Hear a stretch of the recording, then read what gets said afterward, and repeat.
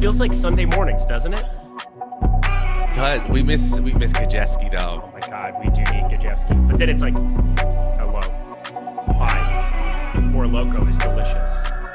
That's right. Yeah. What's going on, everybody? Welcome to the NBA Locks Before Lock, presented by OddsShopper. I'm Eric Lindquist, excited to be talking this 5-game slate that is value laden for DFS purposes.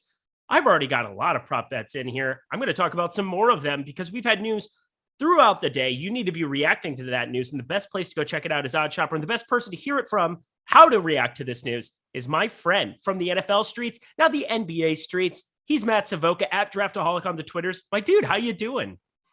I'm doing very well, and we got 5 games, so we got some time to breathe as we talk about these games. Some exciting news. We got Chris Paul back in the lineup for the Phoenix Suns, some questionable players that we could talk our way through, and a lot of prop bets here. Sorry if you hear me break up laughing here as Eric was doing his impression of our buddy Matt Gajewski in his moments prior to drinking a Four Loko. That was unforgettable. See, the thing is about his expected fantasy points is that it's a little bit higher than the leverage score, and I love eggs and Four Locos and leave me alone.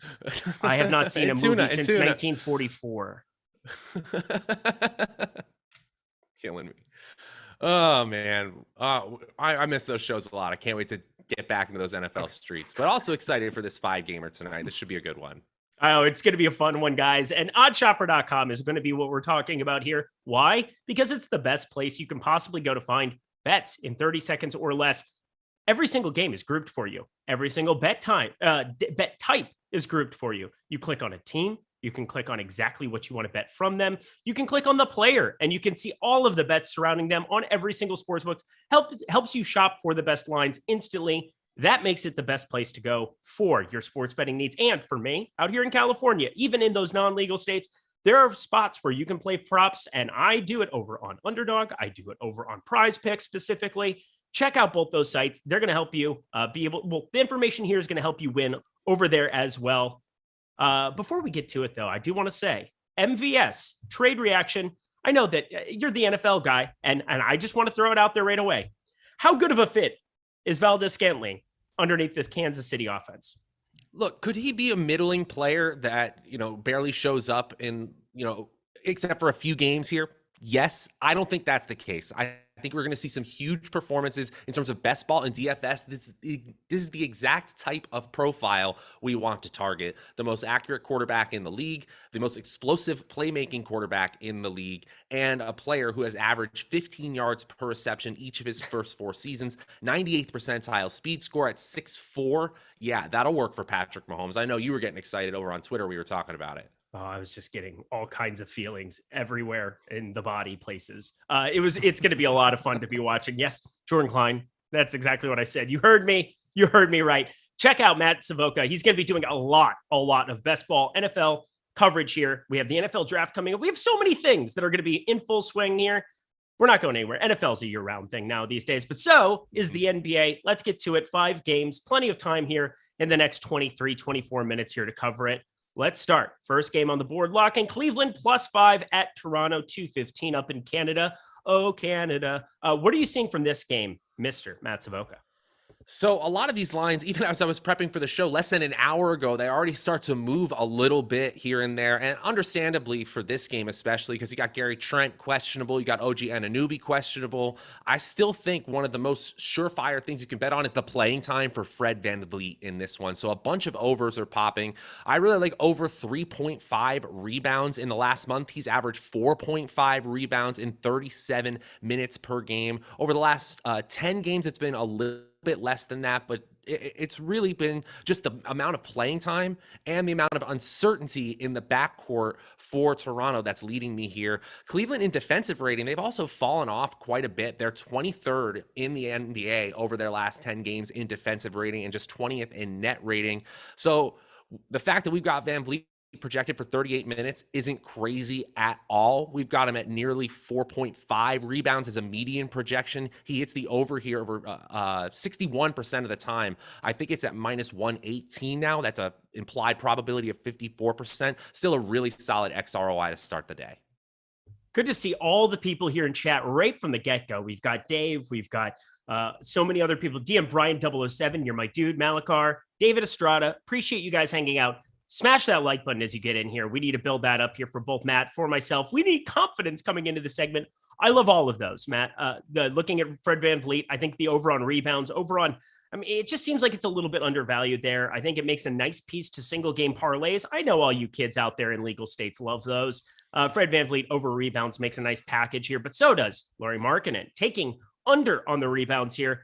I was kind of expecting for him to take a big jump alongside, well, with no Jared Allen there, and seeing some of the numbers that we've had so far from Lauri Markkanen, not the most impressive. He's been decent enough offensively from time to time here, but looks like 6.5, a little bit too high of a number here for me. Not a crazy play. I don't have a ton that I'm enamored with in this game, but he's got the 2 spiked rebound days against the Lakers, against Denver there. But I mean, it seems like there are a number of times where he's coming up shorter than not on the 6.5 number. I'm looking at that as being an all right play if you needed something from this game, but let's keep it moving. Chicago +3 at New Orleans here, 224 total. I have a couple plays that I like from this one because I don't know the absence of DeMar DeRozan, how if this is kind of the correct valuation. Looks like we're a little bit more bullish on the Bulls, if you will. How you looking, Matt Savoca? Oh, wow.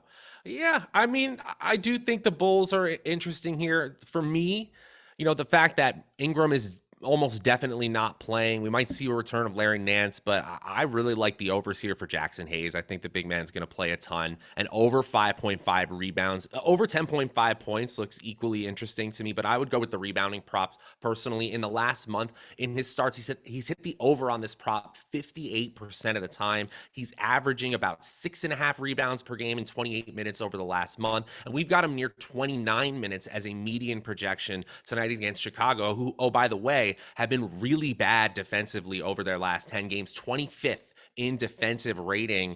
I really think this is a pretty easy one. Jackson Hayes is going to get plenty of playing time and he's actually found his rhythm as a scorer as well. This specific over on the rebounding bet had an expected win rate of 62% at -105. That's a XROI over 20% right now. That's looking really good, even with that juice towards the over. I love Jackson Hayes more than I love strawberries, and I love strawberries. Or let's see, what else can I go with? I love Jackson Hayes more than the theoretical child that I have that I do not. One day, y'all. I do have a puppy. I don't know if I love Jackson Hayes more than him, but I love this man so much. Coming out of Texas, I was very high on him. Nice to see him get into this starting rotation, a little bit of quote-unquote twin tower kind of stuff. I mean, he's not a traditional four-year in the NBA. He's not going to step out and knock down shots, but he can definitely clean up the boards. He can be great defensively, do a lot of the dirty work for your basketball team. Jackson Hayes, I'm just fine being able to go to some of those props specifically because they're just too low. 12.9 projected points. Yeah, 10.5 the line on that one. But Alex Caruso, Zach LaVine, 3-pointers. I mean, these guys, I'm just obsessed with getting to all of them. On Prize Picks today, I slammed the over on Zach LaVine. Over 26.5 was the number that they had available. It's since dropped to 25.5. I don't know why, but it has. It's a better number for sports books now. Projected 29.7 points that we've got going there. Zach LaVine has 3-pointers. He's got 2.5 for the line over on Prize Picks. I'm jamming the over there as well. Alex Caruso steals. You're not going to have that one available on a site like Prize Picks, but man, plus 130 for over 1.5. The guy averages 1.8 on the season here. He's just getting back in the swing of things. He's going to have to play big minutes absent DeMar DeRozan here. Kind of just makes a lot of sense for me to hit that one as well. That is a smash play. It's not going to win. I mean, it's going to win more than half the time. Expected win percentage 61%. Plus, you're getting plus 130. That's one of the best bets on the board, not just according to OddsShopper, but according to me. How about that? Matt Savoca, anything else from this game? I absolutely love that one. Yep. Yeah. I was almost saving it for you. Caruso's going to play a ton, and that I think over 1.5 steals one of the best bets the entire night. Yeah. Bullish on the Bulls. I am a weird person. Also, I'm just in a good mood today. Maybe there's that. I'm in a good mood all the time. Smash the like button. Yes, we need Lofty to faint when he gets on the next show, because that like count is so high. We've got 770 of you hanging out here already. Please smash the like button as we keep it going, as we jump into the deeper dive, because then it makes Matt and I look really, really cool, right? Right? That's how it works here. We don't make the rules. We just enforce them. Them's the rules. Let's keep it going here. More games, more basketball stuff. We're making phenomenal time here. But again, Chicago. Yes, I Jordan Klein. I liked for Matt. I like for Matt. That's so hurtful. We've broken bread together, friend. In biblical terms, we've gone biblical on the world. Wow, we've broken bread amongst ruined brothers. His good mood in one line, Jordan. Look, the power. You live rent free in this guy's head. It's amazing. Or I'm just bipolar. To the next game we go. We've got Washington +9 at Milwaukee, 228.5 now. I don't know if anybody heard, but everybody is out for Milwaukee, so that's cool. We've got just Giannis sitting. We've got Chris Middleton sitting. There's going to be a lot of dudes who play a lot of minutes, but the main guy who's going to play a lot of minutes, that is one Drew Holiday. Bobby Portis, I love here too. Hard not to love a lot of guys on today's slate for DFS purposes, but do you love anybody in the prop world today, Matt Savoca, in this game? Yeah, the Portis props were ones that I was definitely looking at, but I'm actually going to go to the Washington side, and I think there's just an easy win with plus odds with KCP over 3.5 rebounds. You're getting it at plus 120 that I'm seeing. That's an implied probability based on that plus 120 odds of 45% on the over. We have an expected win rate here of 57% here, an XRI of 25%. Just kind of makes no sense to me. Over the last month, he's averaging over 3.7 rebounds. And, essentially because of the playing time changes, the minutes per game has been kind of fluctuating, but we've got him at about 32 minutes. And then if you just look at rebounding rates, he should easily hit the over there. I think he's going to get 4 to 5 rebounds pretty simply. And that's where our Awesemo odds are as well. 57% win rate, XRI nearly 30. Yeah, those are good things. I mean, this whole game, there's a lot of props on sports books. I mean, this is ironically enough, we're going to get a lot of DFS exposure to other spots here. Washington has a number of spots that you can be looking at. The over on Corey Kispert rebounds seems like something in terms of projected ROI that stands out. Same thing, Kentavious Caldwell-Pope rebounds, plus money on both of those. They're going to be guys who have to play a lot of minutes here. Also, Prize Picks, a little special shout out, 23. Use our projections over on FanDuel to help inform what you're doing over on Prize Picks. 23 is the fantasy point allotment for Kentavious Caldwell-Pope. We have him projected north of 26 fantasy points. I really strongly suggest putting that in a couple plays over there. Man, I play on Prize Picks a lot. It's a ridiculous deal. But also sign up using promo code Awesemo. It will really help you out. I like a number of these plays from the Washington side as well, because I'm just not going to really get to them for DFS purposes. I can't imagine that that's going to be the case. Bobby Portis, I like his over of points. I like getting to pretty much anything that has to do with him. Over 1.5 threes makes a lot of sense. Even Brooke Lopez, mean, there's just so many good plays here from this game. Do you have anything else for me here whatsoever, Matt Savoca? The other one I was looking at, you just mentioned Brook Lopez under 6.5 rebounds is one that kind of caught my eye. Even though there's so much fluctuation in the playing time that should occur because so many people are out for Milwaukee. This just isn't a part of Lopez's game. We got it at an expected win rate of 74%. So even at minus 140, it looks like a very solid value. I'm looking at chat, and you guys are just the best. This is the nicest chat that I've ever had in my life. I love you guys. It's a very nice chat. I'm digging it today. I might request a lot more locks before locks and a lot less live before locks at this point in time because all my friends are hanging out here in the chat. Douglas Dealey, I like Eric politely asking for likes. I do not like the way Josh really demands them all in caps. Josh is lovely too, but I am very proper. I have that Midwest etiquette that he may not be aware of, where I just say, please smash the like button into infinity, please and thank you. That's how you do it. How do they do it in New York? How do you ask for likes, Matt Savoca? Because I'm not a beggar, but I'm somebody who's willing to put themselves out there in a ridiculous way. You know, there's like at least one F word in there in the real version, but it's like, give me a like, come on. Oh, you can say the F word. That's more than allowed here on this channel, but also you're just a good, outstanding gentleman. That's what it is. You really got to get me riled up. I'm sure it'll come out one day and then we'll be like, whoa, what would happen? That'll be a good moment. I think I saw like a glimmer of it. I can't remember. I think I saw a little bit. Maybe it was just, I mean, for the people who don't know, Matt Savoca has beautiful pipes. That was really weird the way that came out. Jordan Klein just left the chat.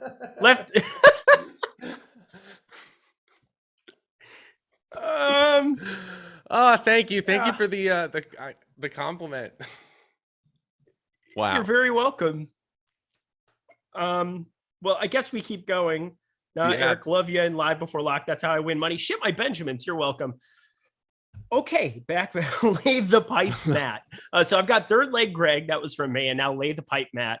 Man of pipes, Matt. I got to think of the alliteration. I need the alliteration for that. Come on, chat, help me out. All right, 2 more games to go. Smash the like button again, just in a nice orderly way, in the non-Josh way. But also, Josh will be on live before lock today. He can ask for likes however he wants to. I won't judge. Let's go to Indiana plus 11.5 at Memphis 235. This game is going to take days and weeks and months in order to talk about from a DFS angle because the entire game is stackable to the moon. Sometimes what happens in the prop market, if you can get in early on a lot of these sides, you can get in really good and have some overs that you smash on some of the players that are going to be available because obviously the people are out. Not like you can do anything with them, but now it looks like we can maybe sandwich the middle. I might be playing some middles on some props for the likes of D'Anthony Melton, for the likes of Tyus Jones, number of guys that I bet early on in the day with news. And now I might be looking at going to the opposite side, but still looks like we're going to be bullish on certain guys, D'Anthony Melton, Tyus Jones, less so Kyle Anderson. Matt Savoca, what sticks out to you in this massive game in the DFS streets? Yeah, huge total game. And obviously there's a ton that we can do in DFS.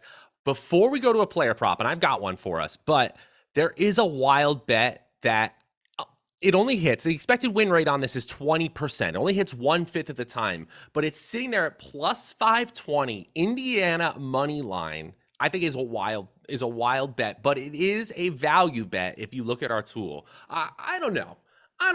It's something that you can bet players in DFS, and this is one of the rarer ranges of outcome, but it surprised me that 1 in 5 times in our simulations that Indiana actually came out on top. If I'm looking at player props, and usually, and this is just a generalization I can make, usually our player props for singular stats have much larger inefficiencies from the Vegas books than something like a money line or a totals bet. They're just very efficient at creating lines for that. They have a lot of practice with it, but it's still a really solid money line bet compared to other money line bets today in terms of expected ROI. I digress. The player prop I'm looking at is Jaren Jackson Jr. under 6.5 rebounds. In the last month, he's only hit the over on this prop line 18% of the time. So over 80% of the time, he's hitting the under here.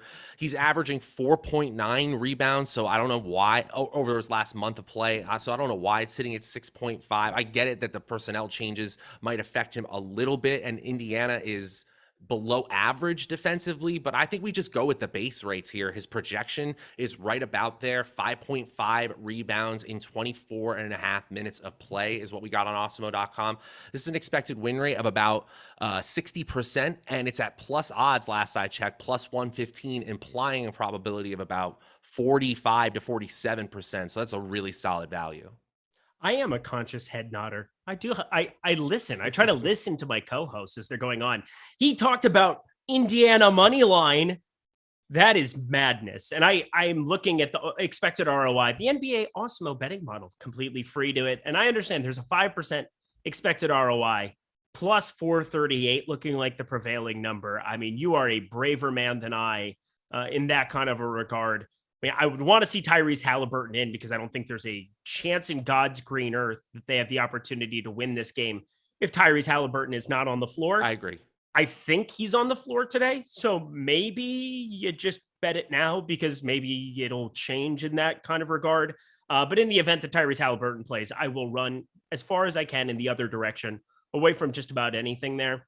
Looks like Kyle Anderson's a guy that I can short in the rebounding market. That's fine by me. But the main one, I like the Jaren Jackson Jr. under. I do think that makes sense as an expected ROI bet. Plus 110 there, 6.5 there. I know we don't have Brandon Clark. I know we don't have John Moran. I know we don't have a lot of these guys. But what you still have is Steven Adams. What you still have is Xavier Tillman, who's going to be playing behind him here as well. It doesn't change the prospects. Plus, the amount of times he gets in foul trouble needs to be evaluated when you start talking about these props.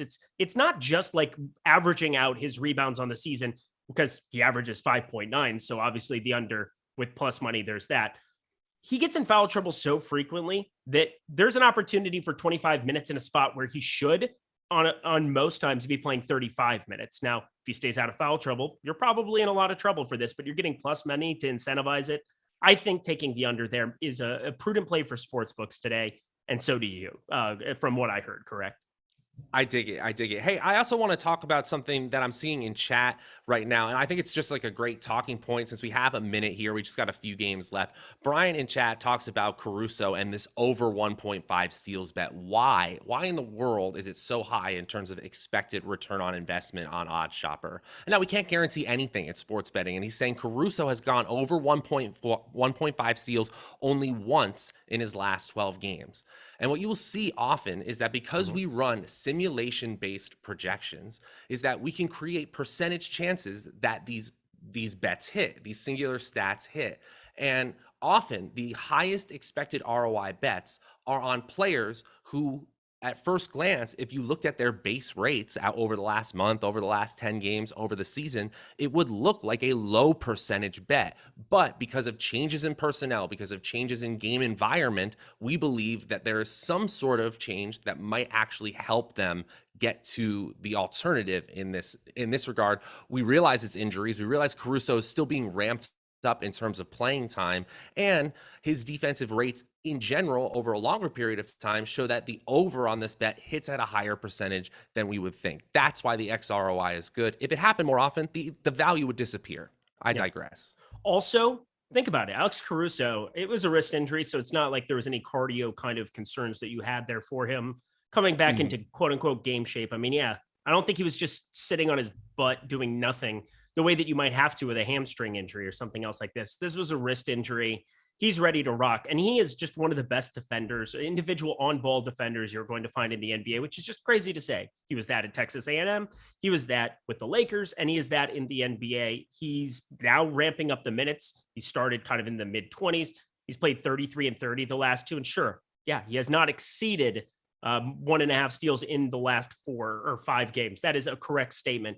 First game back, he had 4. So I'm just throwing it out there. It's not like it's an unheard of type concept. He's going to be on ball defending a lot of CJ McCollum, who it's just there's going to be opportunities there. And you talk about the difference between mean and median as well, where, there's going to be more opportunities than not. I mean, we are valuing him as a guy who's going to get over 2 steals per game in this kind of a situation. I absolutely love the play. And again, would I be shocked if he landed on 1 steal? No. But he's going to have plenty of opportunities, and over a 100 game sample size, I guarantee you this bet is going to have an expected win percentage or an expected ROI above the 0% threshold that you would think it would be. So I love that as well. I love your explanation of it. I also love the explanation that I got from Shark Killer G. I think they might be watching our videos because leave Josh alone. Everyone has their place. Josh is lovely, by the way. I was saying Josh is that fake angry uncle. Matt is that uncle that you want to vent to. I agree. You're a great listener. Eric is that uncle you thought you didn't like, but you end up loving. Man, thanks. Times have changed. And Lofty is that unk. This is the one that nails it perfectly. That will make a random 50-second story into 37 minutes. That is a fact. That's beautiful. That's perfect. I'm just glad to be. I thought I would hate you, but I now love you. Thank you. Last game of the night. Let's do it. Let's round it out. Smash the like button once again. I want to look cool going into this next show. Matt wants to look even better. It's always fun hanging out with my buddy Matt Savoca. We do it all the time. Sundays, we did a lot of showdown slates together for the NFL season. Looking forward to doing more of it, my friend. But yes, we head on to the final game of the evening. We've got Phoenix +1 at Denver, 233 total here in this one. The return of Christopher Paul III. How are we doing this evening? Good to see you there, CP3. I mean, it's not actually the third, but you know what I meant. Matt Savoca, anything from this game to round it out? When you said Christopher Paul III, I was like, is that like a Batman character? No, it's CP3. It just made me think of the 3 at the end. Yeah. I got you. Yeah, but yeah, as a fan, how can you not be excited to see him back? Phoenix is obviously rolling into the playoffs here. And this was kind of interesting, just as someone who kind of digs into these props, as we do every single day. Something really interesting happened as we got the Chris Paul news, because I was looking specifically at Devin Booker's assists projection, and one of the top expected ROI bets of the day going into today was Devin Booker under 6.5 assists. Mm-hmm. Now, obviously, we have a lot of recent stats that are without Chris Paul. So the minute Chris Paul goes in, these lines immediately change and change drastically. Mm-hmm. And I saw Devin Booker over 4.5 assists become one of our highest expected ROI bets of the day suddenly. That is just simply how this works, guys. The timing really matters in these single stat prop lines. And as you said, sometimes it bites you a little bit and you need to middle later in the day, but sometimes you can get lines that you actually get more efficient throughout the day, and you actually get some closing line value here. Devin Booker over 4.5 assists is one that I would definitely recommend right now. And obviously, I can list off stats to you that sound really good, right? Last 10 games, he's at about 5 assists per game. In the last month, he's at nearly 7 assists per game in 35 minutes. He's hit the over on 4.5 assists 82% of the time. We're still seeing XROI over 30% because people are overly bullish on Chris Paul's return. Not to say it isn't beneficial for this team. It absolutely is. But Booker's still playing 34 plus minutes. We got him right at 35 as a median projection in terms of playing time. And we got him at 5.4 assists, which I honestly think is conservative here. I wouldn't be surprised if he had 6 or 7 tonight against Denver. It should be a really competitive game. I'm excited to watch it as a fan. This has an expected win rate around 62% now. It was up at 70% earlier, but still, I think it's one of my favorite bets tonight. Yeah, it's an arbitrage betting instance where you get the middle, and the middle, if it hits, you win both bets, but you're guaranteeing yourself at plus money at plus 110. And then if you bet it at plus 110 on the other side where it was earlier, you are guaranteed a profit. Now, we also have arbitrage betting tools at the top, along with the parlay builder at OddsShopper. Now, you're going to see spots where you can kind of bet on both sides of it. Get as much money. Well, you want to make sure you can get the same amount of money on both sides, because otherwise it's not an arbitrage bet. You're going to be looking and betting on one side and hoping that it pays out, but you can guarantee yourself profit. One of the cooler tools that we've added here to OddsShopper in a long time. I really enjoy that, as well as the parlay builder. I know our boy Dave in the chat there. He's had some smash cards that I've seen on Twitter in recent months. So that's very much helped by the parlay builder. So check out all of those great things. So good to see everybody here. Last question. I got to revisit Steven Adams for our guy Loco before we get out of here. Steven Adams, rebound prop 10.5. I think it looks pretty efficient. I probably want to stick away from Steven Adams in this spot. And I know it would seem counterintuitive, but the same rebounding opportunity that always exists for him, it's not going to change all that much with John Morant, Brandon Clark. It's not like he's sharing the floor with Brandon Clark many times anyway. So I'm looking at Steven Adams. It looks pretty efficient to me. How about you? Yeah, I know we say, well, don't always just look at recent lines, but He's at this 55% of the time over the last month. Usually we're talking about 45 to 55% of the time. I need a drastic change in personnel in order to revisit. I need a reason to move me off that base rate. We should have added that before. I don't see one here. All right. Well, I just wanted to answer that one here as we closed out because Loco does a great job. He's busy today. Lots of news popping up everywhere. Let's get out of here, my friend. We've got Nick Pappas. Any of you guys use Prize Picks? I use it all the time. I talked about it throughout the show. Tune in to the Locks Before Lock every single day, half an hour before the deeper dive. It's a really fun show because then I get to hang out with my buddy Matt Savoca and Jordan Klein, both of them buddies, even though Jordan Klein made fun of me and I'm sad. Matt Savoca, any final words for the people as we get out of here?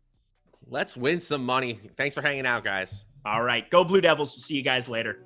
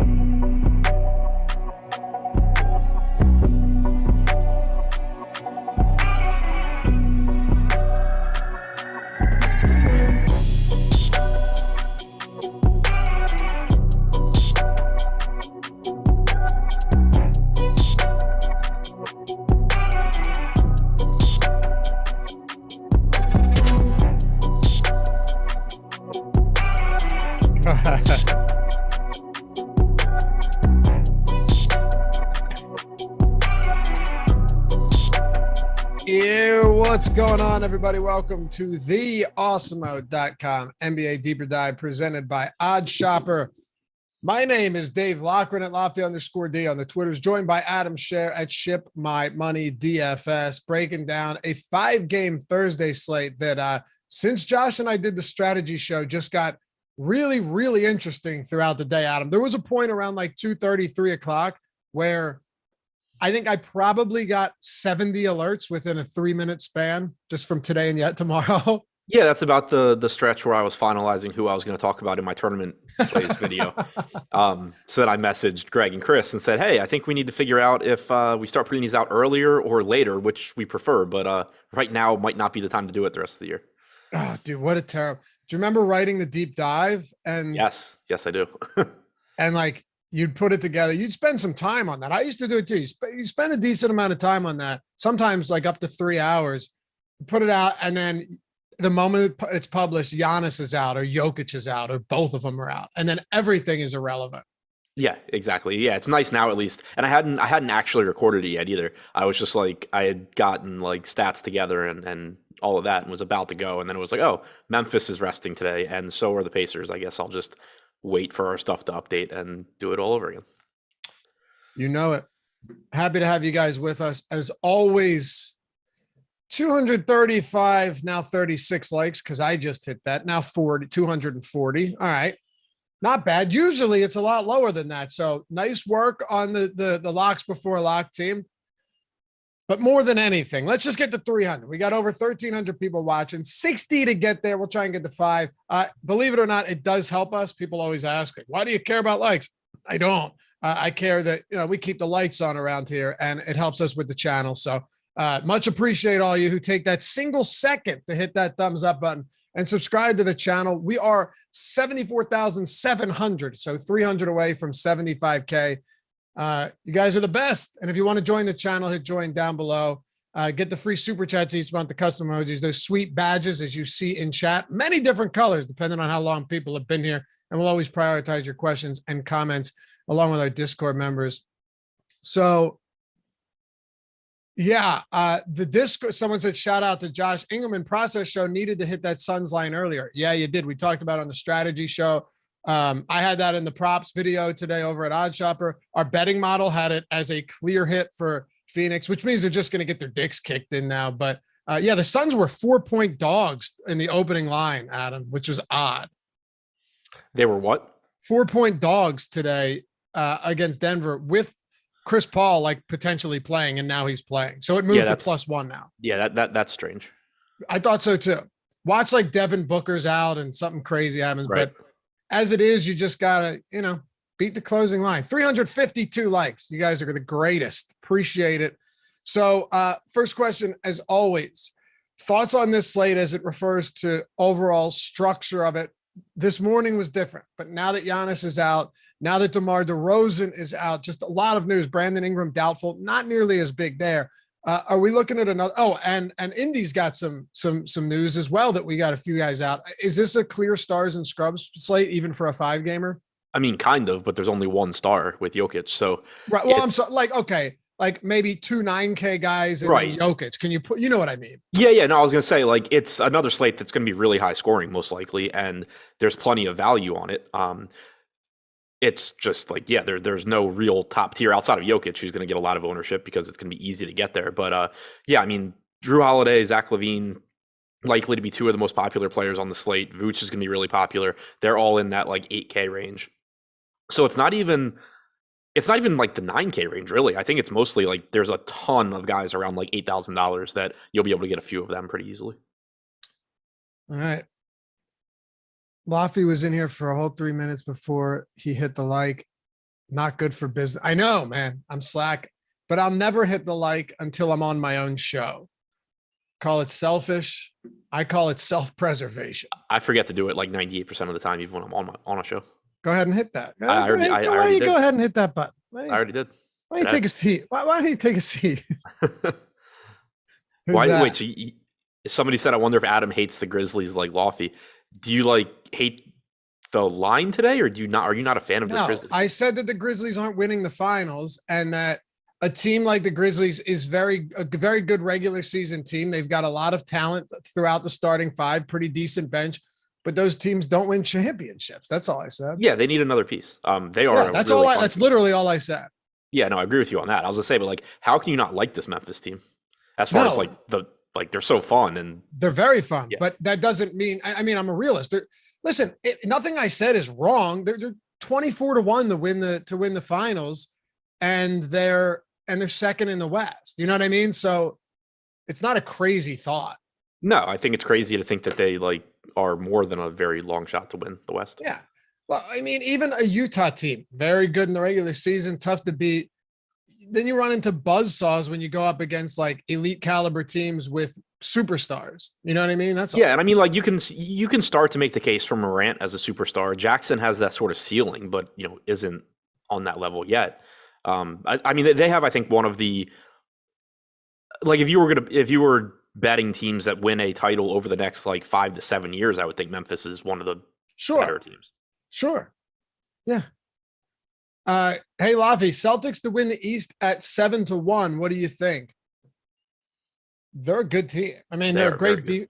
What's that? They're really good. Yeah, I think because Jason Tatum's a superstar. Jaylen Brown's fantastic. Marcus Smart, elite defender.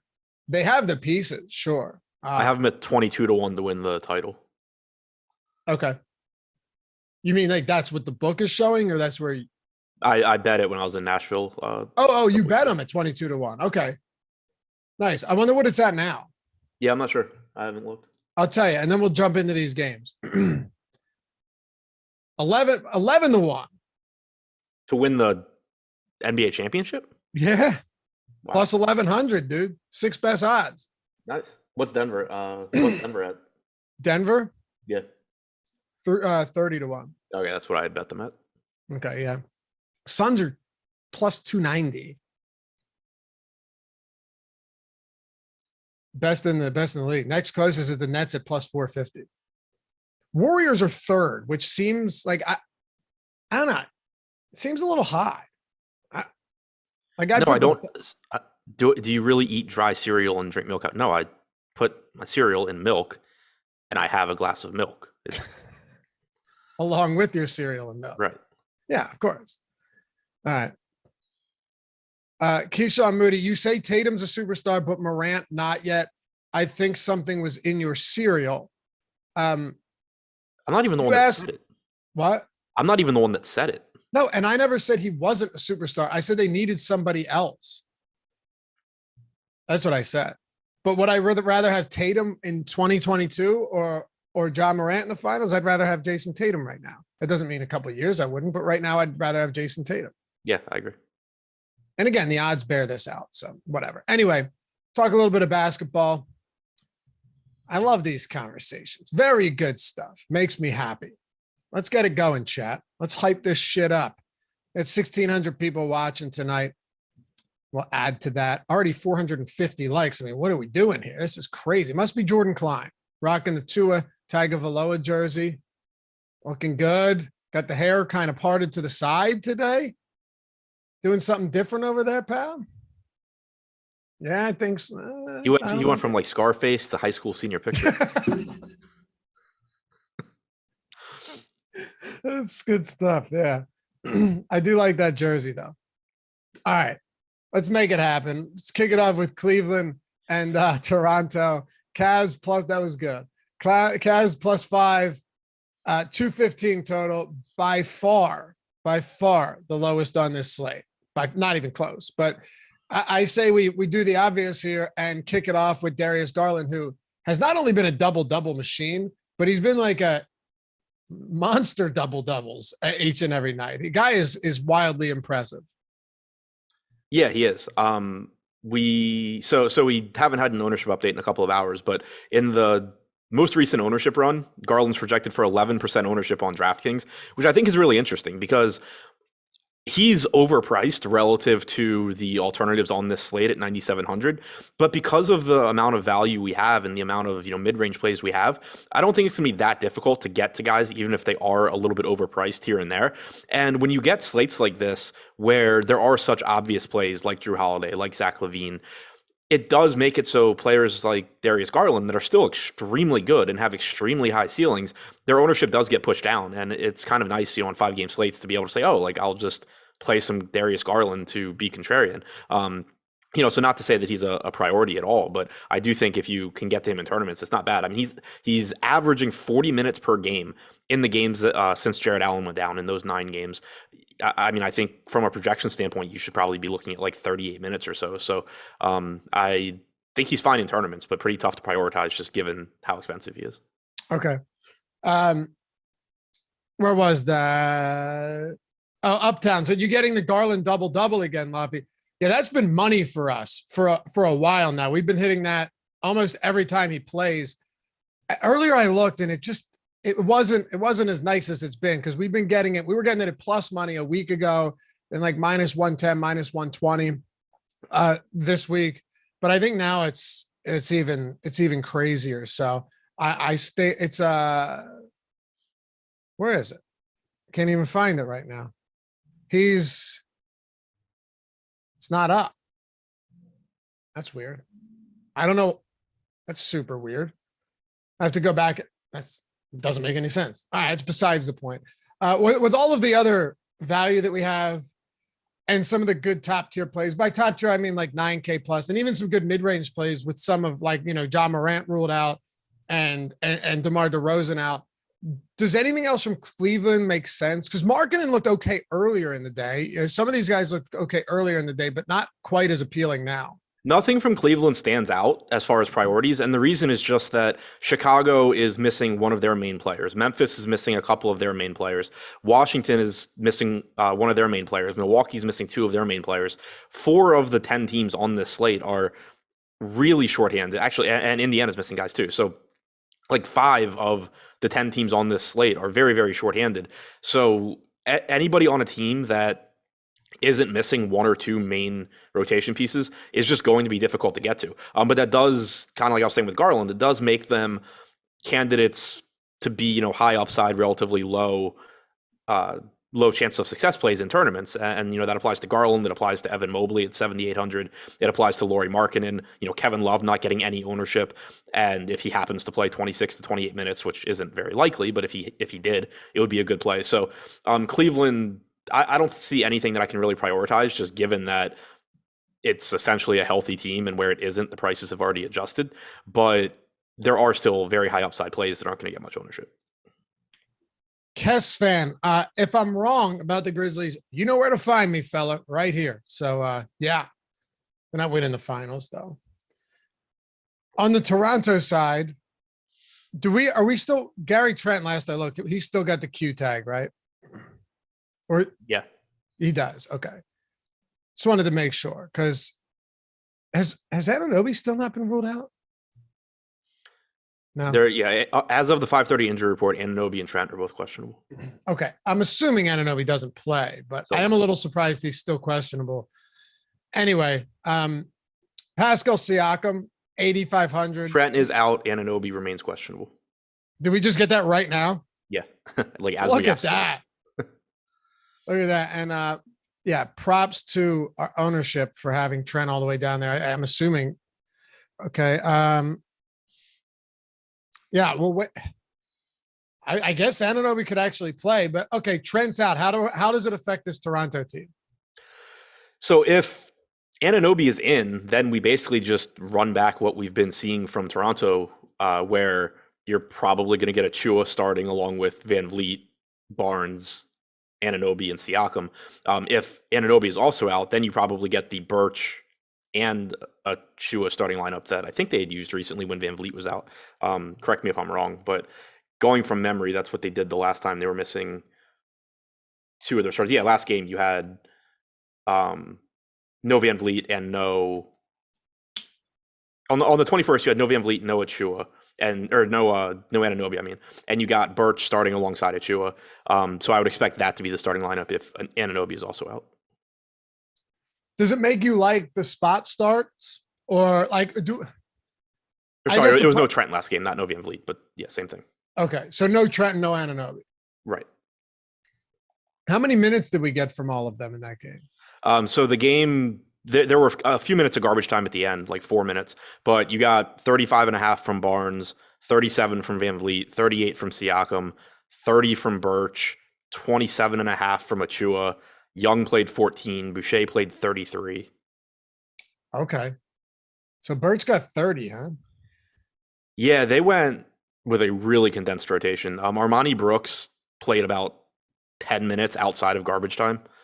He was someone that in previous games was, pushing 20 minutes.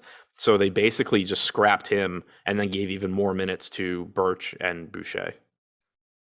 So then if Anunoby's out, let's get down into the weeds a little bit here. If Anunoby ends up being out, Boucher's price point is not exactly all that appealing, despite the big minutes in back-to-back games. But Birch is almost minimum salary. Yeah, and I mean the thing with Birch is that he's not a very good point per minute guy, but if he's not getting much ownership, you can certainly roll the dice on him because one thing just from an overarching view in late season NBA and also on slates that are relatively short, like you're going to have some players on this slate that are really, really, really popular, but that are also really difficult to get away from. And when you get players like Birch that, maybe their playing time's questionable, maybe their fantasy production is questionable, maybe in the case of Birch, it's both. Being willing to roll the dice on those guys in larger field tournaments is one way to allow yourself to still play the guys that are really unlikely to fail that everyone else is playing and still be contrarian. So I think that if you get a situation where, like, let's say Anunoby is out, Birch is starting, Birch isn't really that popular, you're getting a bunch of ownership going to, like, let's say Justin Anderson from Indiana or something like that, some other 3K guy. In that kind of situation, Birch makes sense. If you get it where it's just like, Justin Anderson is starting and Birch is starting and the ownership's the same, then you probably would prefer somebody like Anderson. Okay. Anything else you want to get to for Toronto? In tournaments, Boucher or Achua are both playable as well. Clearly not as favorable a price point as Birch, but we know Boucher is a good point per minute guy, and if he's playing well, he can play 30 plus here. Achua does take a hit in terms of production playing alongside Siakam, but if he's going to get around 30 minutes, there's still a path to success there. Indy and Memphis. It's about to get interesting. So the Indiana Pacers came into this game with a lot of questionable players. They're playing, second of a back-to-back, right? They played yesterday, didn't they? Who? What? Washington. Pacers played yesterday, right? Yeah, Pacers played yesterday. Okay. So that's why Halliburton's questionable today. Yeah, had a blank there. But what I'm saying is earlier in the day, we didn't have an injury report on these guys because they were on a second of a back-to-back. But now you've got Malcolm Brogdon and Isaiah Jackson, who came out of concussion protocol and then left yesterday's game with headaches, which is, not a great sign. And Chris Duarte, all three of them out. But we're still waiting on Tyrese Halliburton and Goga Bitadze.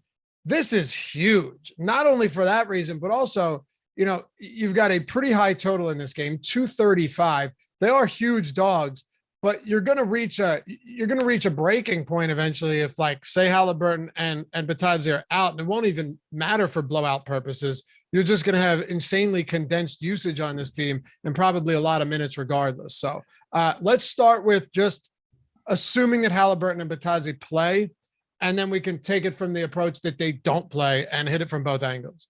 So if they're in, then, Halliburton 8,900 is kind of in the Darius Garland category where he looks good just, if you're looking at him and not at what else is on the slate, but you are overpaying relative to guys like Drew Holiday and Zach LaVine. So he's another one where he's not a priority, but he is a high upside guy that you can use here and there in tournaments. Buddy Hield, one way or the other on FanDuel, looks good at 5,600. Should just play a ton of minutes and, average around a fantasy point per minute. On DraftKings at 7,300, not as favorable a price tag, but certainly somebody you can still go to. I did mention in my tournament plays video earlier, it's actually somebody that I would be pay attention to his ownership if Halliburton is ruled out, because you could make a case that, maybe he gets a little bit of a usage bump if Halliburton's out, but Hield's not going to go out there and be the primary playmaker. And that's basically Halliburton's role. So I think that, like, if Halliburton is in and Hield is relatively low owned, or in the case of FanDuel, not low owned, but still projected to be under owned, he's a really good play in tournaments. If Halliburton's out and that ownership holds, then I obviously think he's still a good play in tournaments, but it is the kind of spot where, you could kind of just see people say, like, oh, Buddy Hield's going to have a 30% usage rate. And I still don't necessarily think that would be the case. So do pay attention to what happens to the ownership there. If Bitadze's in at 4,900, he looks like a good option. You do have Jalen Smith back today, so the front court minutes maybe not as secure, but Jackson being out certainly doesn't hurt. And I would expect Bitadze to be somewhere in like the 26 to 28 minute range. if he's out, it makes Jalen Smith and Terry Taylor, who's 3,500 with power forward eligibility, both look better. I would expect that you get Jalen Smith starting if Batadze's out, Terry Taylor backing him up. And then on the wings, we saw another 31-minute game from Justin Anderson yesterday without Duarte. Duarte's out again. Anderson's not a great point per minute guy, but he's not horrible. He's around 0.75 to 0.8 DraftKings points per minute, 3K flat. Got into a ton of my lineups in the crunch I did before the show. That was with him projected at 5% ownership. We just got an ownership update and he's now at 25%. So I don't think he would be what? Who is? Justin Anderson. Okay. So I don't think I would have 80+% of him when I rerun things, but at 3K still looks like a good value. But this is also a situation where, again, going back to what I was saying about players like Khem Birch, where the minutes can be uncertain, even though we've seen a couple of games in a row now where Anderson has played a lot. When you look at that Indiana ownership and you have 26% going to Anderson, and then only 12% going to $3,100 Dwayne Washington, 2% going to a $3,300 Lance Stevenson, I do think Anderson's the best play of the group, but you can certainly roll the dice on somebody like Washington or Stevenson and just hope it ends up being them. Absolutely. And look, we know from experience, Justin Anderson is not exactly a guy who is routinely taking you to the promised land. So no, I mean, Justin Anderson is kind of just like, cool, I'll take my 20 points and move on. Right. If that. Right.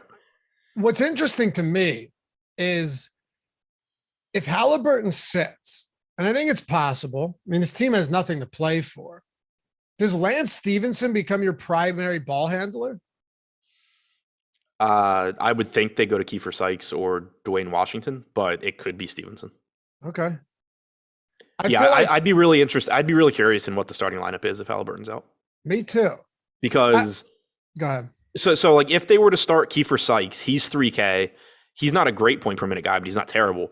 But he hasn't really been in the rotation. So like they could, start him. He plays 28, 30 minutes. Washington plays a little bit more. Lance Stevenson stays in that annoying role where he plays like 16 minutes and occasionally 10x's his salary, but other times scores like 12 fantasy points. So that's one thing that would happen or could happen. But you could also see them go to like Dwayne Washington, who then would become a clear top value at 3,100. Or if they started Lance, he becomes probably the best value play on the slate. Since he returned from injury, he's averaging 7 potential assists in 18 minutes. So like he definitely can play that role. It's just a matter of, like you said, if he doesn't start, how many minutes does he get? If Lance starts, right? I don't think it's impossible to see Lance Stevenson start. If he does, like, is there any way you're getting away from him if he's starting at the point? No, no, at all, right? You have to get there. Yeah, I mean, like, so Stevenson's the kind of guy where I have trouble getting to him in large field tournaments, like in his current role. But in theory, it's the kind of guy that you should want to get to anyway, just because the reward when you have him and he does so well is just so high that it makes up for a lot of days where, you play him and he sucks. If he starts, though, it's just so hard for him to fail at 3,300, given how good of a point per minute guy he is, and given that would mean he's playing without Halliburton and Brogdon. Yeah, that would be. This Brogdon news is huge right now. Halliburton news. Sorry, yeah, the Halliburton news. We already have Brogdon out. It's huge. Last thing here, and then I'll get to these super chats, and we can move on to Memphis. If Batadze's out, you did talk about it, but just to put a bow on this, in the event that Goga Batadze sits, knowing that we're already without Isaiah Jackson, is it Jalen Smith starting? And then how many, like Jalen Smith's got to play 30 plus, right? I mean, doesn't have to, probably would. I mean, you could easily get, like, if they wanted to, you could easily get like a, 24 split. Yeah. But I mean, Smith, they have reason to play Smith. I do think if he starts that it would be likely he tops 30. Even if you go like 28 minutes, he would look good at 5,600. Would you play him and Taylor together? Probably not, just given how many really, really, really good plays there are on this slate. Okay. Aaron Bloom, chopped FanDuel 50K to first, no logo, but membership pays for itself. That's awesome, man. Congratulations. Huge stuff. And then where was the other one here? Cheyenne, Chris Paul. How many Chris Paul minutes tonight? We get, all right, I'll just answer it. We could just answer it now. It's not a lower body injury. So it's a conditioning thing. I don't know. I mean, I wouldn't be shocked if he played 30, but I don't know, 28, 30. I don't think he's going to be. Do you have any reason to believe he's just going to be severely limited? No, 28, 30 is what I was going to say. Okay. We, for what it's worth, it looks like we have him at 31. Okay. So yeah, if he's coming off like an ankle or a hamstring or something or a knee, that's a little bit different, but he's not. And he came back before he was expected to. Let's talk about Memphis. This game just has. Hang on, one other thing. Somebody said, why not O'Shea Brissett in tournaments? You can. It's just that, like, he's 5,300. If Batadze and Halliburton are out, Brissett definitely would look better. Yeah, but it's still exciting. Just like, right. It's still like Jalen Smith is $300 more and a better point per minute guy. You have, depending on who is in or out, you have a number of 3,500 to 3K guys here between Anderson, Taylor, Washington, Stevenson, potentially Sykes, depending on what the starting lineup is. So it's just that, like, when you're talking about Indiana players, Brissett kind of just like falls to the side because he's not the highest projected guy and he's not the best value. And he's just a super low usage player. Even if you take what's he at without? I'm pulling it up right now. So I just loaded up. I'm just taking Halliburton and Brogdon off since the trade deadline to see if we can get enough. Because all right, we could go back. You could take Brogdon off, or I'm sorry, you could take Sabonis off. So 66. We have three. Oh, God. I was going to say 66 minutes since the deadline without Sabonis and with the shakeup, 17% usage rate. Not a lot of minutes, but if you want to take Sabonis off and go back to the start of the season, we can do that as well. 396 minutes, 15.1% usage without Brogdon, Halliburton, or Sabonis. It's actually down from his season average. Right. And it's just, I mean, he's still at 0.83 DraftKings points per minute, and he would potentially play a lot. It's just that he's still not going to have the ball in his hands. Like, you're going to get more minutes for some combination of Washington or Stevenson, they're going to have the ball, or Sykes is going to have the ball. Buddy Hield's going to, get shots up. So it's just, he'd be fine. But I still just think, like, Jalen Smith, if we're assuming Halliburton and Batadze are out, Jalen Smith would project better, and then several other guys would be better point per dollar values that are cheaper. Yeah. But that also probably means Brissett would be one of the lowest owned guys on Indiana. I think so. Yeah. Mitchell said, shit mentions a player in Lafayette. A minute later, asked about the dude. Funny shit. No, I heard, I wanted to approach it from a different angle, just given how Halliburton and Batadze's absences could change everything. So I heard you. I don't even know what he was referring to this time. Because, like, I know that happens, but this time I didn't even catch it. So I probably if Batadze was out. Oh, okay. Yeah, I think. But I was asking you differently anyway. So let's talk about Memphis. Amazingly, Tyus Jones' price has come down on DraftKings. Yeah, it makes tons and tons of sense there. Since yesterday, almost 70% projected ownership. And, like, nobody's really going to argue that. I don't really know how or why you could. What's his optimal lineup percentage in the boom bust tool, or his optimal chances? So as of an hour ago, it was 60%. 55 now. Yeah, I'll say we refreshed it a minute ago. Yeah, 55. He's the type of guy where you just have to, and this is a mistake that I made for several years in NBA, where I would just start getting crushed this time of year. But it's easier now because you have things like the boom bust tool that can actually quantify what I'm about to say. There's a really, really big difference between somebody that gets a lot of ownership, 3 months ago, just because there's not a lot of value, not a lot of guys out, and this guy is just like the best of some not really good value, and so he's 40% owned. And somebody like Tyus Jones, who is going to play really big minutes because half of his team is resting, and he's a good fantasy producer per minute, and he's in a good matchup. It's just totally different. Like, you're talking about somebody who has a 73.5% boom percentage in the boom bust tool. Look at his bust percentage. What'd you say? Look at his bust percentage. Yeah, 2%. That's the thing. It's not like you're building lineups based on, like, lowest bust percentage, but it just reinforces that if you don't play him, you have a very, very low chance of it being a case where you're saying, like, oh, I'm glad I didn't play Tyus Jones because he killed everybody that played him. You could win by it just being like, oh, well, Tyus Jones scored 26 and it just so happens that 6 other guys scored 35. That's possible. But it's just so hard for guys like that to truly fail and hurt you. Agreed. There's really not a whole lot else to talk about with Tyus Jones.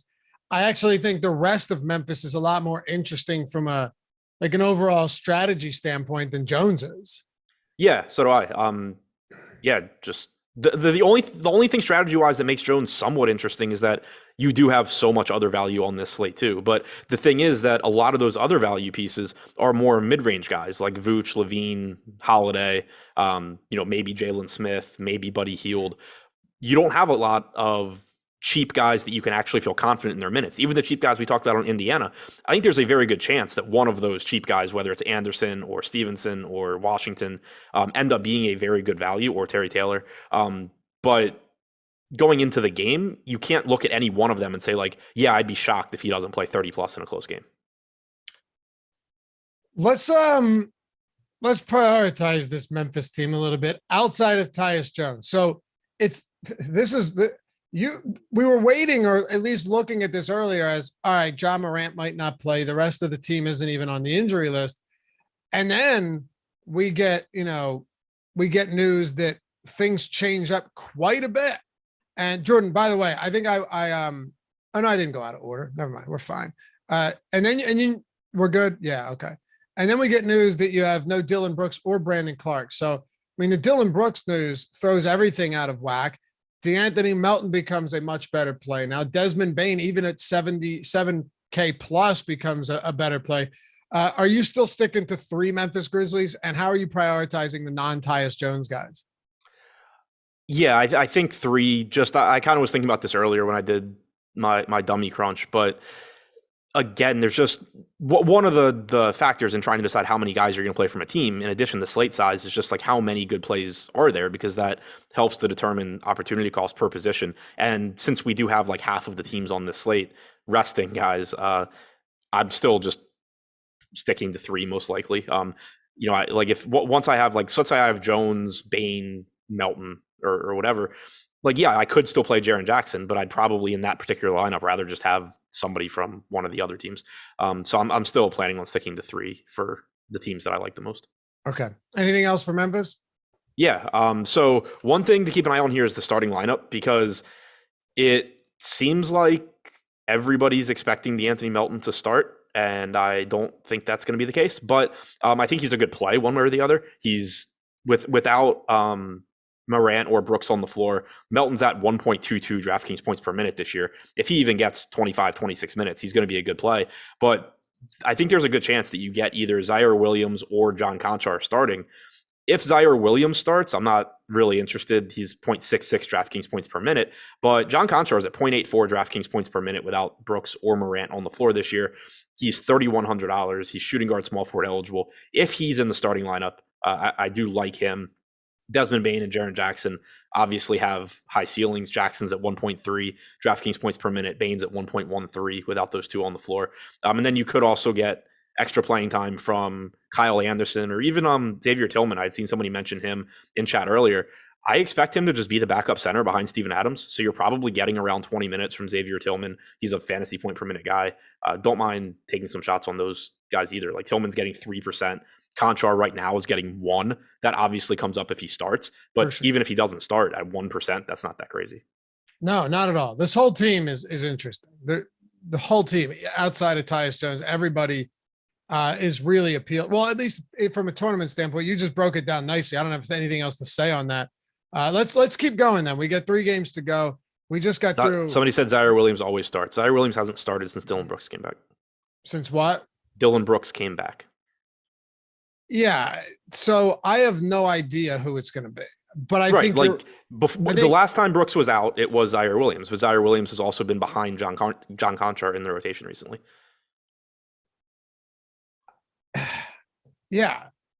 But I think the point that you're making too, that if we're just assuming it's going to be Melton, that's definitely not.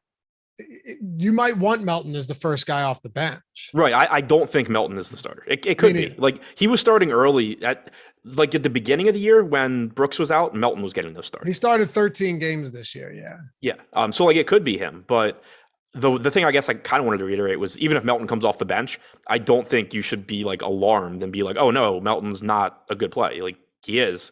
I'm assuming he comes off the bench and he still looks good. If he starts, he looks even better. But I'm expecting either one of Williams or Conchar to start. All right. Oh, I think ownership projections are free today. I think that's the one I was talking about earlier. Yes, main slate ownership projections are free today at Awesemo.com. So is the NHL top stacks tool. And if you're trying to get in on the action early, well, guess what?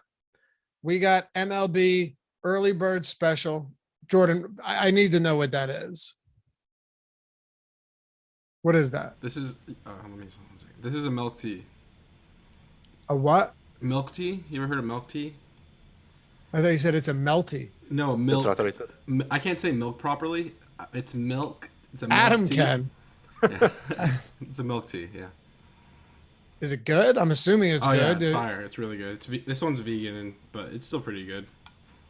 Is there a lot of sugar in it? Like, is So it the vegan one doesn't have a lot of sugar. I mean, there's a good amount of sugar here. It's like 14 How grams, much? 14 grams of sugar. All right. I mean, It's decent. but it's good, right? It's fire though. I would recommend. Milk tea. All right. You guys in California do things differently. So chat loses their mind when I drink milk with cereal, but apparently milk tea is a thing that people like and can't believe people don't or Wait, haven't are had. people in chat saying milk tea is delicious? Yeah. Oh, that's great. Right, but you're the freak. Right. Yeah. I'm the weird one. I can't say. I have no idea. I have no idea what milk tea even is. Have you drank or had milk tea? First time I've before? heard of it. Yeah, never had it. I'm telling you, man, we're getting old. I got a We question. live in the Northeast. What? Have you guys had boba like bubble tea with like tapioca balls in it? What? No, Jordan, I haven't. You What? haven't had that either? The fuck are you talking about? Okay, I'll send you guys a photo. I'll send you guys a photo. Never mind. Yeah, I man. love When this I'm getting guy. fancy with my drinks, I have like a latte. Cappuccino. What I are you don't- saying? It has meatballs in it? Tapioca balls? Tapioca balls, like little tapioca pearls. Soda? Little tapioca pearls, and they cook it, and like they get the straws like kind of big, and there's like the balls go through the straw.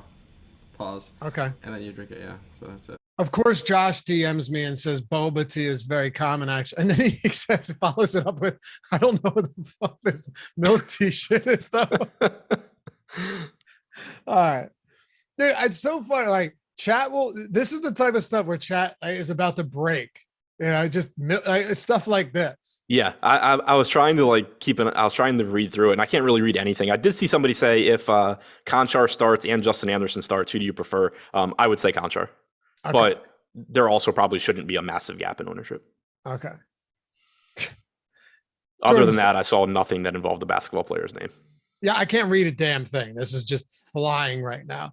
While you're doing that, take a 1 second break, hit that thumbs up. Almost at 600 likes. We're crushing it today. Appreciate all of you. But I did have a special announcement that the promo code TROUT. See, we're getting better at this. We're getting better. Just TROUT, 5 letters, common name, one way to spell it. Simple stuff. Gets you 25% off the annual MLB Pass early bird special, or you just go to awesemo.com/promos and just click it. You don't even have to put the promo code in. 25% off everything for MLB. April 7th, opening day. We got the best MLB tools out. The top stack tool, the top pitchers tool, ownership, player projections, the lineup builder. You can get the Fantasy Cruncher add-on if you want. All of the articles, everything out there. 25% off if you get in on it now. Awesemo.com/promos. Just click it or use the promo code TROUT at checkout. It expires on the 11th of April, but April 1st, it's going to go down to 15%. So if you want to do it, get in on the annual pass now. TROUT, TROUT, to get 25% off all of our MLB content for the entire season. All right, let me get back on track here. Where are we at? Washington, Milwaukee. So the Giannis news was huge, broke today, right before I posted the Odd Shopper, the betting video. Check that out, Odd Shopper YouTube channel. I think you'll appreciate it. Building the community over there. But Kyle Kuzma's out today. How does that affect the rest of the team? Starting with guys like Porzingis. And you know what's funny? Hold on, I need to know what you're reading right now. The comments on the picture we chose for the baseball package. Hold on. Do I have to go back and look at it? Just the dude cock just thrust it out. Is that what you're talking about? Yeah. Yeah, it's just the lower half of his body. Man, I can't win around here. I swear people just mess with us at this point, right? Why is the pick in the Trout promo highlighting the player's package? ? Oh my God. It's a trouser trout is what it is. We weren't talking about Mike. Jordan just spit his milk tea out. All right. How are we supposed to do a show at this point? Okay, let me get back on track. Kyle Kuzma is actually like a legitimate playmaker in this offense right now, ever since they got rid of Dinwiddie, averaging like 10 potential assists per game, 28% assist rate. Does that do anything for does that do enough for someone like a Hella Neto to become a play today? Is there anyone that really benefits outside, obviously, of Rui Hachimura from Kyle Kuzma's absence in that respect? In that respect, I think it's kind of just spread out. Obviously, Neto and Ish Smith can make plays. You can have Denny Avdia can be used as a playmaker as well. Satoransky's been in the rotation. He's 3,200. So in the context of the slate, I don't think any of these guys really stand out, but they are certainly guys that you can use if you're playing multiple tournament lineups just to lower the overall ownership of your lineup. For example, we have Neto projected for 9% ownership on DraftKings, 5% chance of being optimal.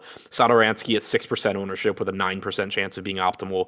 Smith, 2% chance of being optimal, 1% ownership. So not guys that you should be just locking into lineups by any stretch or building around, but certainly guys that, if you need a value play in an individual lineup and it's just like, all right, well, I need to play someone contrarian here, you can be looking to these Wizards guys.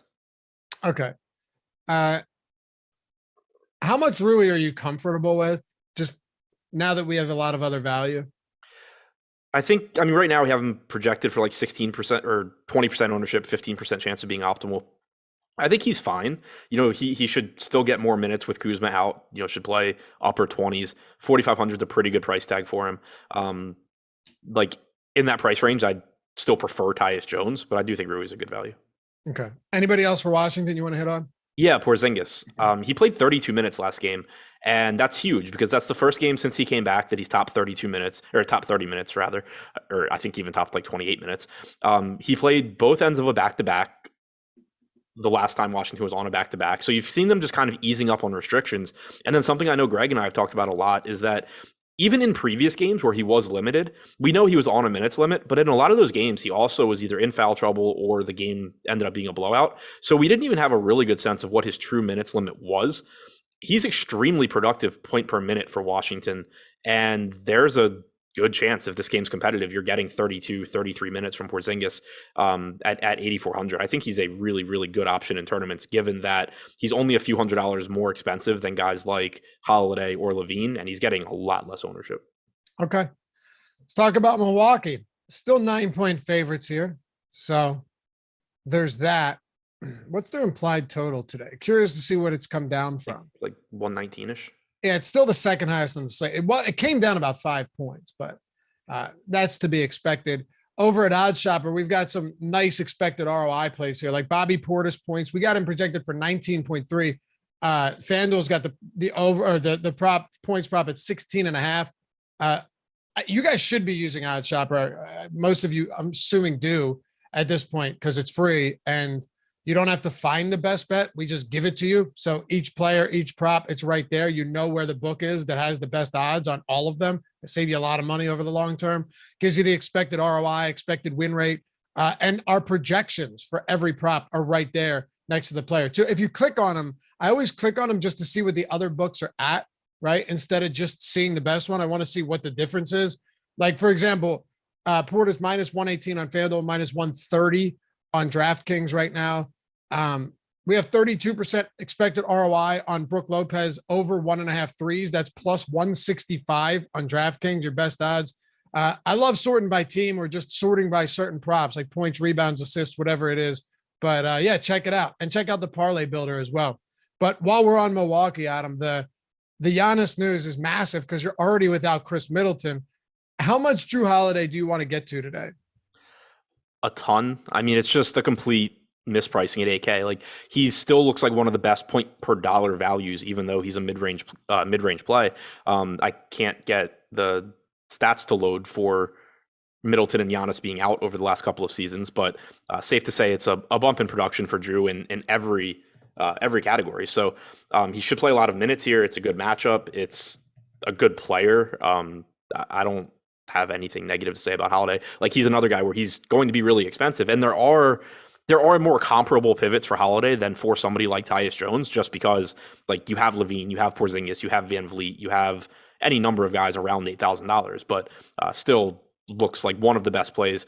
Looking at the boom bust tool, we have him projected for 50% ownership on DraftKings, 55% chance of being in the optimal 55% ownership, 50% chance of being in the optimal lineup. Anytime somebody around 8K is even close to 50% to be optimal, it's pretty crazy and tells you just, how ridiculously good of a play they are. Yeah, it's absurd. Those numbers on if you took Giannis and Middleton off the court for 10 games, what's Holiday's price point after those 10 games?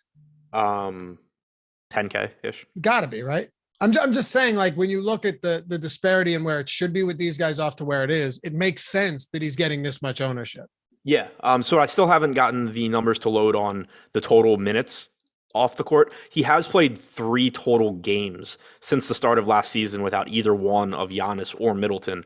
1.37 DraftKings points per minute, 35.8% usage rate, 48.5% assist percentage, 39.3 minutes per game. Yeah, it's crazy. Yeah, I'll have the other numbers in a second, I think. I just wanted to see what we had him projected for in points. Yeah, we got him at 24.7. Pretty nice. What about Bobby Portis? Let me back up for a second. Because we saw the lineup without Middleton. How do we think the starting lineup looks like today? I think we get the same lineup as last game, except with Portis in place of Giannis. Okay. Because the last time Portis was Brook Lopez. Yeah, the last time Giannis was out, they started those two alongside each other. No guarantee they do it again here, but that's what I'm expecting. So it would be Holiday, Matthews, Allen. Yeah, so actually, since they started Matthews last time, like, it could be Connaughton here. It'll be. I think it'll be. I mean, I think it's 2 of Matthews, Connaughton, Portis. Okay. So we'll just pay attention to that because that's, pretty significant. Yeah, I mean, I would expect it to be Portis just because it's not like Washington is playing a small front court. We have Jordan Nora at 0.5%. Do you think there's any value around minimum salary there? You think he gets some extra run? And because when he's out there, he's not afraid to shoot. Yeah, I mean, the issue is just that he's behind Javon Carter, he's behind Wesley Matthews, he's behind Serge Ibaka, he's behind Connaughton, he's behind Portis, Lopez is back. They have a lot of depth. Right. If he somehow found his way into like 24 minutes, he'd certainly be good. I just don't really have a good feel for how he does that. For sure. Brook Lopez too. How many minutes are you giving him? 24? 26. Oh, you are? Okay. You're ramping him up a little bit here. Yeah, he played 24 last game. That game blew out. He missed the final few minutes of the game in garbage time. And then, on top of that, they're shorthanded. All right. We got about 9 minutes to go before we turn this one over to the Live Before Lock crew. I think Josh is with Greg tonight, right? Yes, Jordan? Yeah, Josh and Greg tonight, Live Before Lock. So hang out with those guys and the post-lock show. Is there a post-lock show? No? There is a post-lock show. Yes, indeed. All right. So if you're not doing anything, hang with them after that as well. Break down the rest of Milwaukee, Adam, because we got 2 games to go here. Okay. So I did finally get the numbers without Giannis and Middleton. Holiday, 35% usage rate, 47.5% assist percentage, and 625 minutes played. But for the rest of Milwaukee, Portis looks good here. Again, assuming he starts, you should expect him to be playing 28 to 30 minutes. It's a good spot. There's more rebounds available, obviously more usage available. Brook Lopez looks like a very good value at 4,300.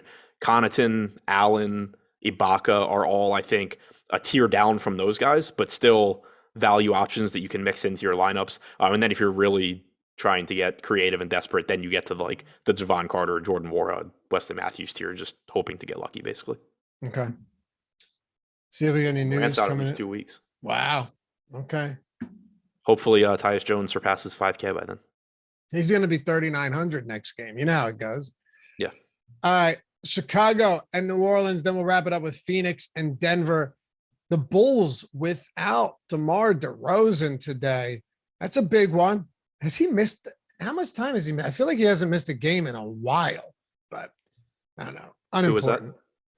I said it just feels like DeMar hasn't been out. Oh, much yeah. at He's like all the only this guy in Chicago, I think, that hasn't been missing games this year. right? It certainly feels that way. He's missed, 4 games. Okay. But he's only missed 1 game since December 11th. Yeah, that's what I thought. It's okay. And either way, this is a kind of unique situation because we haven't seen a lot with him out. And now you've got Zach LaVine at a price point of a guy that is playing alongside DeMar DeRozan. Same thing goes for Nikola Vucevic. So let's take the easy path here and break down what these guys look like as far as fantasy points per minute and usage go with DeMar DeRozan off the floor. Yeah, so I mean, it makes LaVine and Vooch both just obviously look like top tier options because they both get bumps in usage. They both, get more assist opportunities as well. In the 4 games that LaVine's played with Vooch and without DeRozan, 1.29 DraftKings points per minute, 32.3% usage rate, almost a 38% assist percentage. That probably comes down, but I think still ends up being higher than it normally would be. In those 4 games for Vooch, he has about a 30% usage rate, only a 10% assist percentage. That probably goes up at the expense of LaVine somewhat. So they both, obviously just look like very strong options here. But then you get some value with, Alex Caruso still being in the starting lineup. He's around a 0.85 DraftKings point per minute guy, played another 30 minutes last game, potentially sees a little bit more production now without DeRozan. My assumption is that DeSunmu replaces DeRozan in the starting lineup.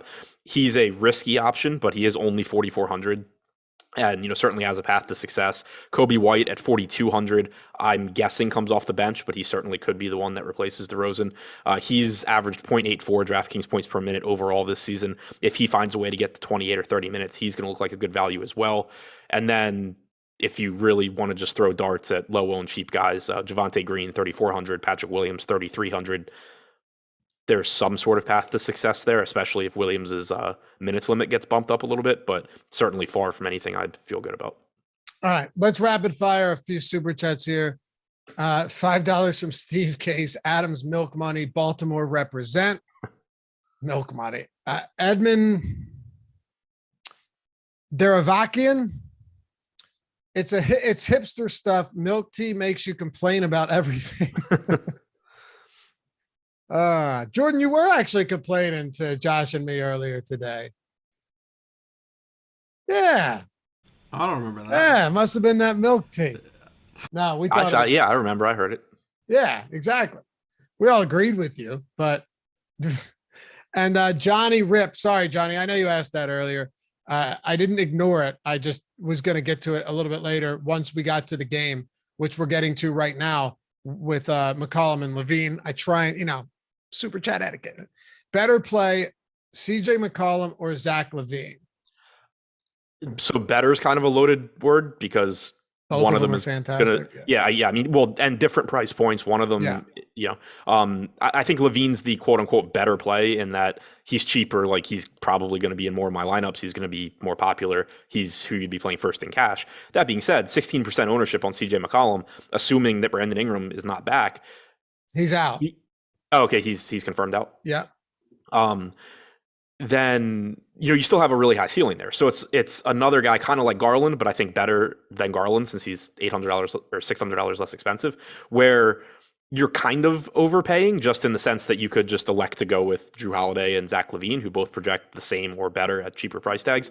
But McCollum is a very, very high usage guy, high assist percentage, playing a lot of minutes in a game that's likely to be high scoring, and just going to go a little bit overlooked because you have the new guys that are missing their main counterpart in LaVine and Holiday, whereas McCollum's been missing his for 2 weeks. So his price has gone up a little bit and we're kind of just tired of, playing him and thinking about him. But I think they're both really good plays. I think LaVine is quote unquote better. Yeah, he's cheaper. He is getting more ownership too. But if you take Brandon Ingram off the floor, since McCollum came over from Portland. McCollum is north of a 32% usage rate. His assist rate in 315 minutes is 37%. And he's averaging 1.35 DraftKings points per minute. So, I mean, the numbers are pretty spectacular. We can make the transition over to New Orleans right now and start it off with CJ McCollum. Yeah. And so even looking at the boom bust tool and comparing him to Zach LaVine so that you have some way to quantify the ownership, we have LaVine with a 41.3% ownership percentage and 41.3% chance of being optimal. We have McCollum with a 16.7% ownership percentage and 17.2% chance of being optimal. So even relative to ownership, we have them as really, really similar plays in terms of, which one is better. But McCollum, when you can get to him, is very clearly a good option tonight. Very high ceiling, similar for Jonas Valanciunas. There's not quite as much. I mentioned it earlier, I think, or I mentioned it on videos. There's not quite as much opportunity cost at center tonight as there normally is, because several of these teams have centers that either you don't really care about or that have power forward eligibility. We know that Joval has a massive ceiling here, likely to give you 30 to 32 minutes. He's a good point per minute guy. He's in that same price range, as LaVine and as Holiday. So in a lineup here or there, you can go to him and just hope that he outscores them, but still difficult to prioritize him anywhere close to the same level you would those guys. Beyond him, I don't really see a lot, and it doesn't seem like the field does either. We don't have anybody else on New Orleans expected to be more than 3% owned. Okay. Yeah, I'm with you. And Larry Nance is back too, just to mess up this rotation. Not that. Yeah. I don't expect him to play a ton today, but no, it's just first another game since the 5th of January. It's just another piece. Red John with the super chat. Is it better to have 2 5K guys hit value or 1 10K guy? So value is a made up thing. It's better to get more fantasy points. And that sounds like a smart ass answer, but I think one of the biggest mistakes people can make is focusing too much on value, because it leads you to say prioritizing guys that you are comfortable are going to hit 6x their salary or whatever, 5x plus 10, whatever you want to call value, as opposed to who's more likely to just score a ton of fantasy points. Yeah, for sure. Okay, so let's do this. I'm going to let you close it out with Phoenix Denver, because as you guys will see, there is not a lot to be had with this game. I understandably, Chris Paul, I know his price point on FanDuel is very low, but pretty obvious stuff. But before we do, real quick, breaks of God. Fantasy sports fans, what if you caught a break with the potential to net a couple $100,000 with less than a $100 investment? Well, we got great news, because breaksofgod.com is the place to catch that break. Breaks of God is the latest sports card collecting trend to catch fire in America, and it's how sports card collectors of all ages are building high-value card collections without huge investments or risks. It's quickly become a popular and economical way for sports fans to get potentially high-value or rare cards without having to buy a crazy $1,500 box or case themselves. From football to baseball and everything in between, there are many slot options available for under $100, so you can get in on the big money action. Breaks of God breaks dramatically increase your odds of getting big money premium sports trading cards for a fraction of the cost of expensive, hard to get boxes. All the cards are broken from sealed premium boxes live on Instagram, and the cards are shipped directly to you for free when the live break is over. Slots are limited though, so you got to get in on it quick. To learn more about how you can hit big money cards and get 30% off your first break, go to breaksofgod.com/A30, A30. It's breaksofgod.com/A30 and get 30% off your first break. Also, make sure to follow them on Instagram at where, Jordan? Breaks of God. There we go. Breaks of God. All right. Adam, wrap us up with Phoenix and Denver. Sorry, I was distracted by somebody that doesn't know what he's talking about in chat. All right. Well, we don't have much time to get into all of that. Yeah, for Phoenix, it's kind of just Booker's fine in tournaments. Similar to McCollum, but I think McCollum looks a little bit better, but certainly can get to Booker in tournaments. You can take shots on Chris Paul in tournaments. We had already kind of talked about him. I expect him to play around 28 to 30 minutes. I don't expect him to be severely limited, but I'm not expecting 34 plus right out of the gate either. So, just sort of a secondary option there. Same can be said for Ayton. On the other side, it's kind of what we always talk about with Denver. Jokic looks fantastic. He's the only pay up option tonight that's going to drive up his ownership. You have plenty of value to get there. So I expect to be playing a lot of him. And then again, you just don't have that much opportunity cost at center either. But beyond that, I mean, Barton, Morris, Gordon, Highland, like the rest of this team is just secondary or even worse plays, I think. All right. They can follow Adam at Shipping My Money DFS Follow me at Lafayette_D. Shout out to our boy Jordan Klein, doing a phenomenal job as always. And for Jordan Klein and his milk tea and his tapioca pudding drinks, get us to 800 likes. We got 92 to go. Let's get live before lock on a nice note. Josh will rip us through maybe 1,200, and we'll have the night of our lives. Good luck to all you guys tonight. We'll catch you back here tomorrow, closing out the work week. The Deeper Dive presented by Odd Shopper. Peace.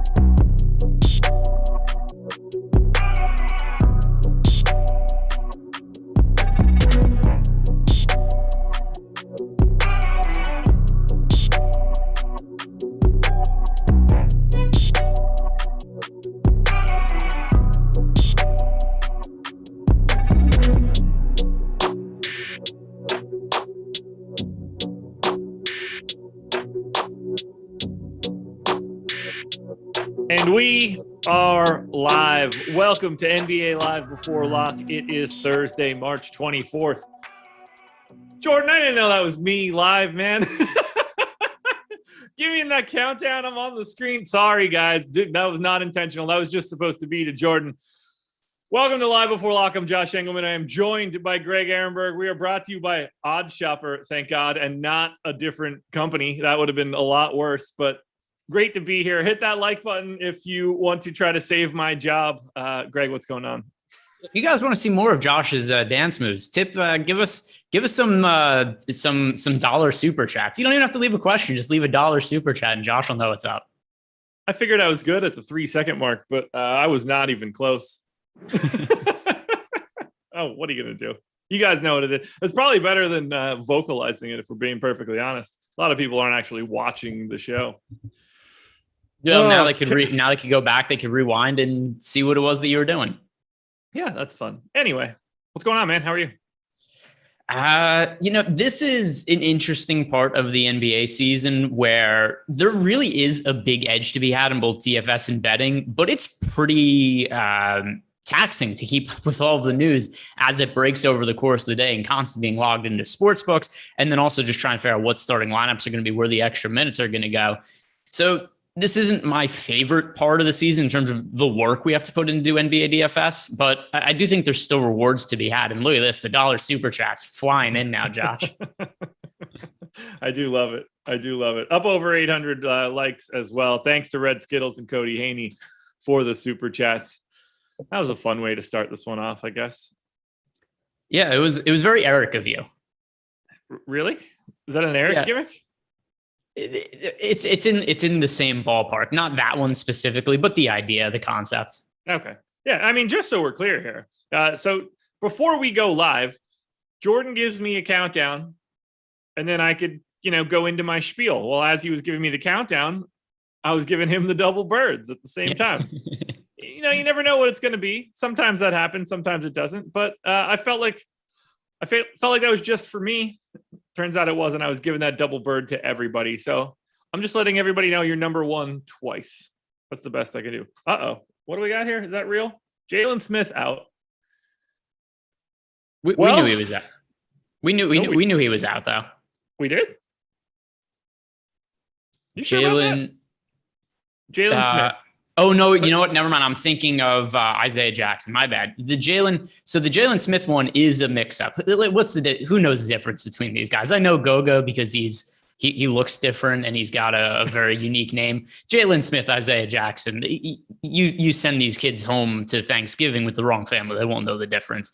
But yeah, if we are going to get Goga in now, which I assume has to be the case now, right? Because they would only have 7 players if Goga isn't in. I mean, they could just as easily have 7 players. So we've got Halliburton, Hield, Brissett as 3. Anderson, Taylor, Washington, Stevenson, Sykes is 8. Yep. So they need Goga. No, Goga would be 9. No. We just Halliburton, Goga, Hield, Anderson, Brissett, Taylor, Oh yeah, you're right. So they don't need Goga. You're going to be a real asset on this show today, huh? Oh yeah. It's going to be something. And well, now I think we should talk about the Pacers front court minutes because I wasn't necessarily concerned about Goga's playing time because there was enough guys out where I felt that it was pretty secure, but I didn't think we were going to see like a 36-minute game from Goga. That might happen if he plays now. Can that happen? Who else is going to play? Goga is out with right foot soreness. That's terrifying. You'd feel a lot better if it was like, he broke his index finger or something. Who plays the backup? So I guess Brissett plays the backup center minutes. Maybe Justin Anderson. Okay, well, let's look at this. Who are the tallest guys remaining for this team? So Indiana Pacers basketball reference. Luckily, they have this table where you can just sort it by height. And surprisingly, I've had to use that a lot recently since teams go small so frequently. So Goga's 6'11", Miles Turner 6'11", out. Isaiah Jackson 6'10", out. Jalen Smith 6'10", out. TJ Warren 6'8", out. O'Shea Brissett's at 6'7". Then you get to Duarte, Stevenson, and Justin Anderson all at 6'6". Holy shit. Malcolm Brogdon's the same height as Terry Taylor.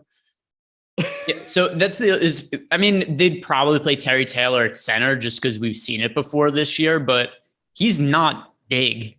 They're more likely to have Brissett guarding Anderson than Terry Taylor. Or when I say, not Anderson, Adams. It seems like a disaster to me of Terry Taylor guarding the gigantic human that is Steven Adams.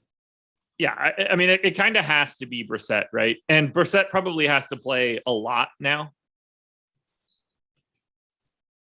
Well, are you mean even assuming that Goga plays? I don't really know if I can bump Goga's minutes all that much given his current status. Like, is he just going to play until he doesn't? Basically, I don't know. Like, how many minutes do you want to give Goga? Look, we don't have anything else to talk about. 28 for now. That's where I have him too.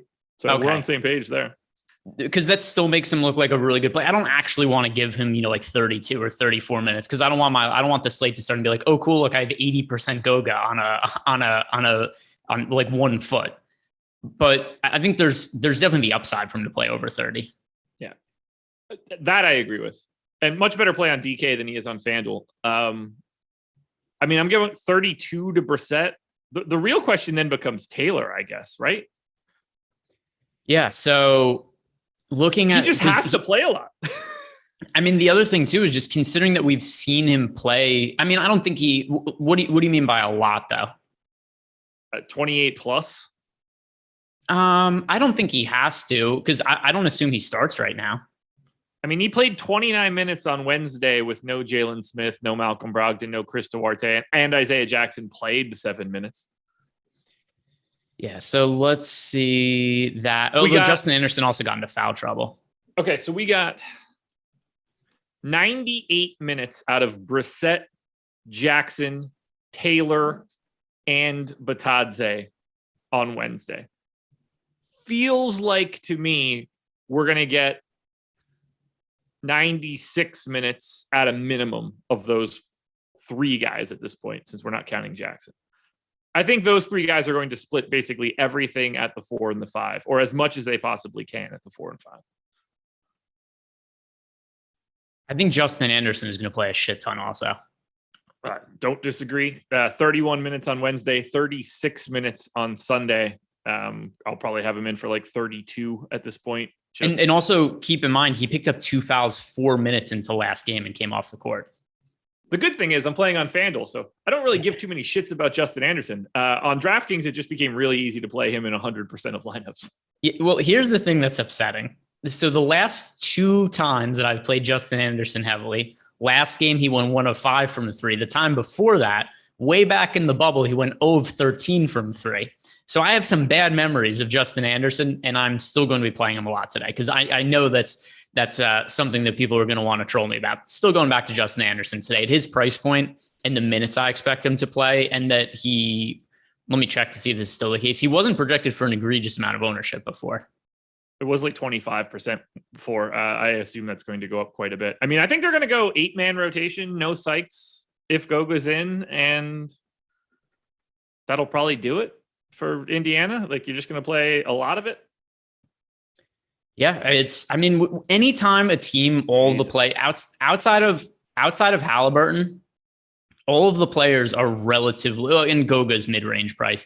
But for the most part, it's a really cheap team where these guys are going to have to play big minutes. It's hard for me to believe there isn't at least one Pacers player that lands in a DraftKings optimal lineup, and probably more than one.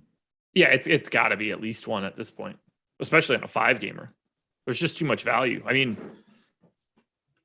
like, I already liked Halliburton and Hield as regular old good plays, and now we've got infinite value plays here. I'm running out of guys to give minutes. Yeah, so, I mean, circling back on what you said before, looking through the team, I didn't think Terry Taylor had to play big minutes. I'm going to retract that. I think Terry Taylor probably has to play big minutes.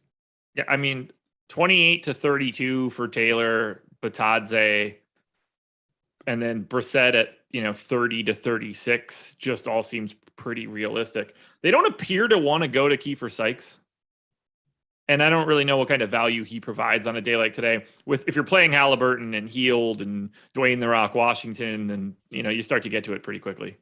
And the other thing to keep in mind too is that of the players that are out for this team, it's a lot of front court players. They still have a lot of guards to go to today, so Kiefer Sykes doesn't have an obvious role. Right. Yeah, I think I'm pretty happy with the minutes that I just allotted to everyone. I mean, Justin Anderson would be a problem. Terry Taylor is going to be a problem. These are all DraftKings problems and not my problems. I'm playing Tyrese Halliburton and Buddy Hield, so I feel a lot better about what's going on for Indiana because those guys have a pulse. Yeah, so Justin Anderson, $5,300 on FanDuel. Wait, I wish he was $5,300 on DraftKings. But he's probably going to be my most rostered player today. And if he's not in all of my lineups, he'll be in almost all of my lineups at his price point on DK. I'm going to say it. It's hard for him to fail. Yeah, and even though people were talking about last game being like, oh, look, Justin Anderson, if 19 fantasy points at min price is not the end of the world. It's not the optimal result, but it's not the end of the world. And he got in foul trouble 4 minutes into the game. He made none of his shots. He got into foul trouble and still scored 19 fantasy points at min price. That's not an awful result. I agree with you. It's pretty hard for him to fail. And when he goes for 30 today, you'll need him in everything. Probably.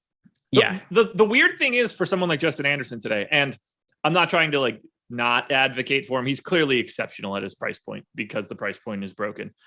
It's not like he's unlocking all that much for your lineup at this point. You're either paying up for Jokic or you probably don't even need Justin Anderson's salary to begin with. Like he could be 4K and it doesn't really change him today because there's nobody that's expensive outside of Jokic.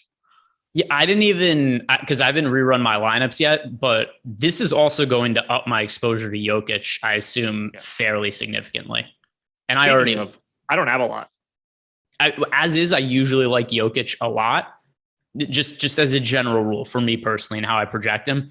And FanDuel is always going to be different than DraftKings for this, but now with the amount of value we have available on DK, I just don't see how Jokic won't end up being my most rostered player outside of Justin Anderson. Yeah, I would expect to get a ton of Jokic on DraftKings. I'm not. Whoa. Cavs expected to play their starters heavy minutes on Thursday, given playoff seeding implications of the game. Was there a chance they were not going to play their starters?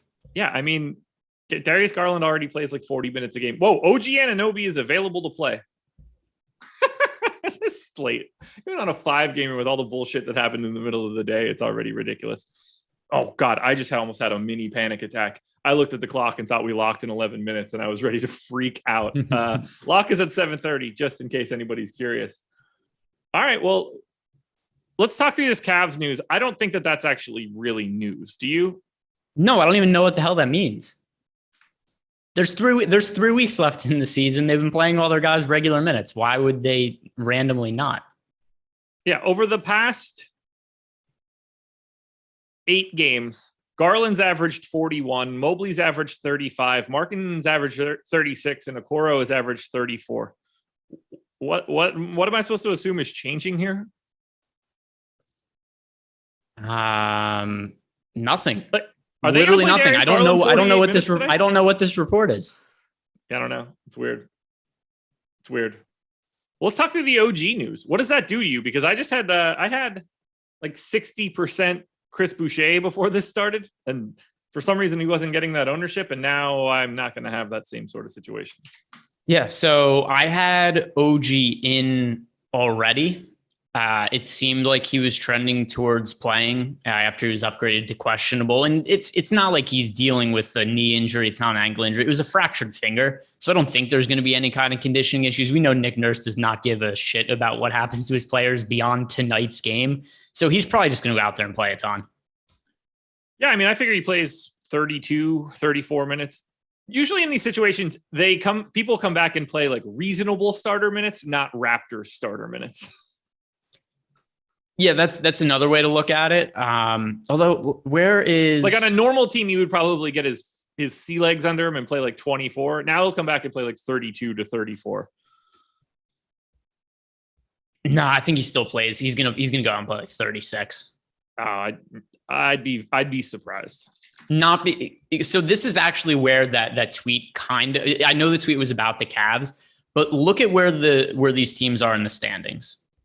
They are 1 game separated for the 6 and 7 seed. There is a massive difference between being the 6 or the 7 seed because that's what impacts who's in the play-in game or not. Yeah. I think with OG being active, they're just going to play him as much as he can, as long as he plays reasonably well.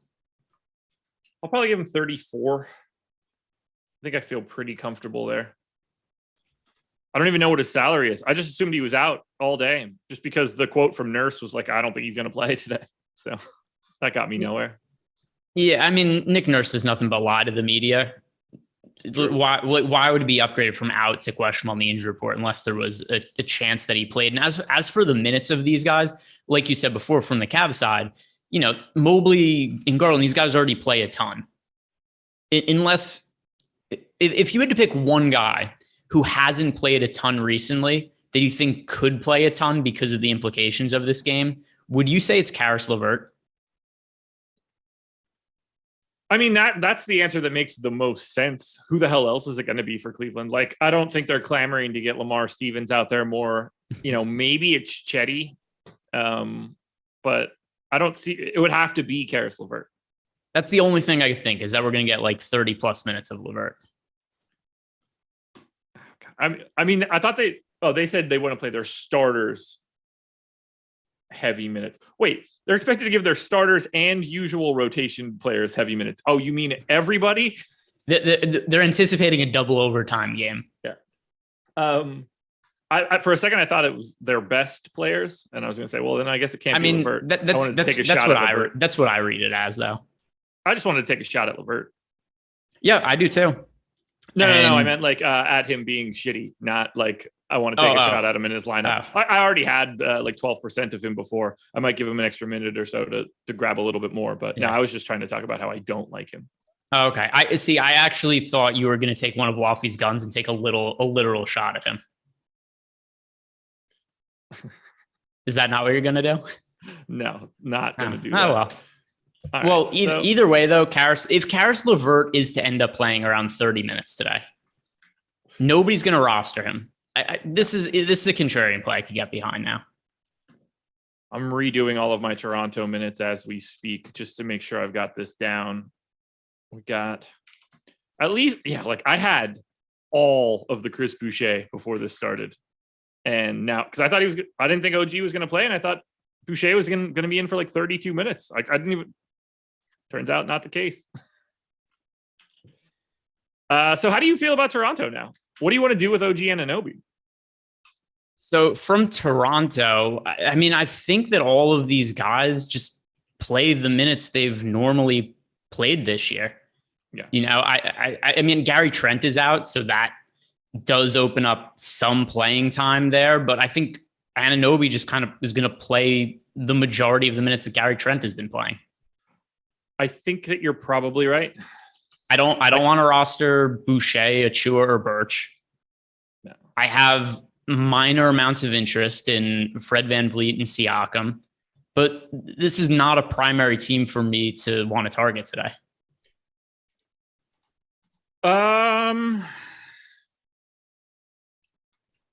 I mean, yeah, a primary. I mean, I still really like Siakam and VanVleet today. Maybe VanVleet at 7,800 on FanDuel, Siakam at 8,500. For some reason, like, I feel like these guys are better when they're all ready to be in the game. Like, I feel like VanVleet's going to just look better when he actually has good guys alongside of him. But I think Fred VanVleet looks better when he had more guys alongside him because he hadn't been run into the ground by Nick Nurse already this year. That's a fair point. That's actually what I think the issue has been with Fred VanVleet over the last 6 weeks or so of the season.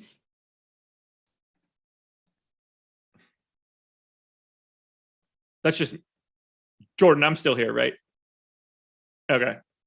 Cool. I'll talk. So Greg was probably just going to say something real uninteresting about the Toronto Raptors. So I'll go ahead and take over here. It's the Process Show live at 6:56 p.m. Eastern time, 12 hours later than it normally is. That's an interesting face there on Greg. Good to see that. Welcome back.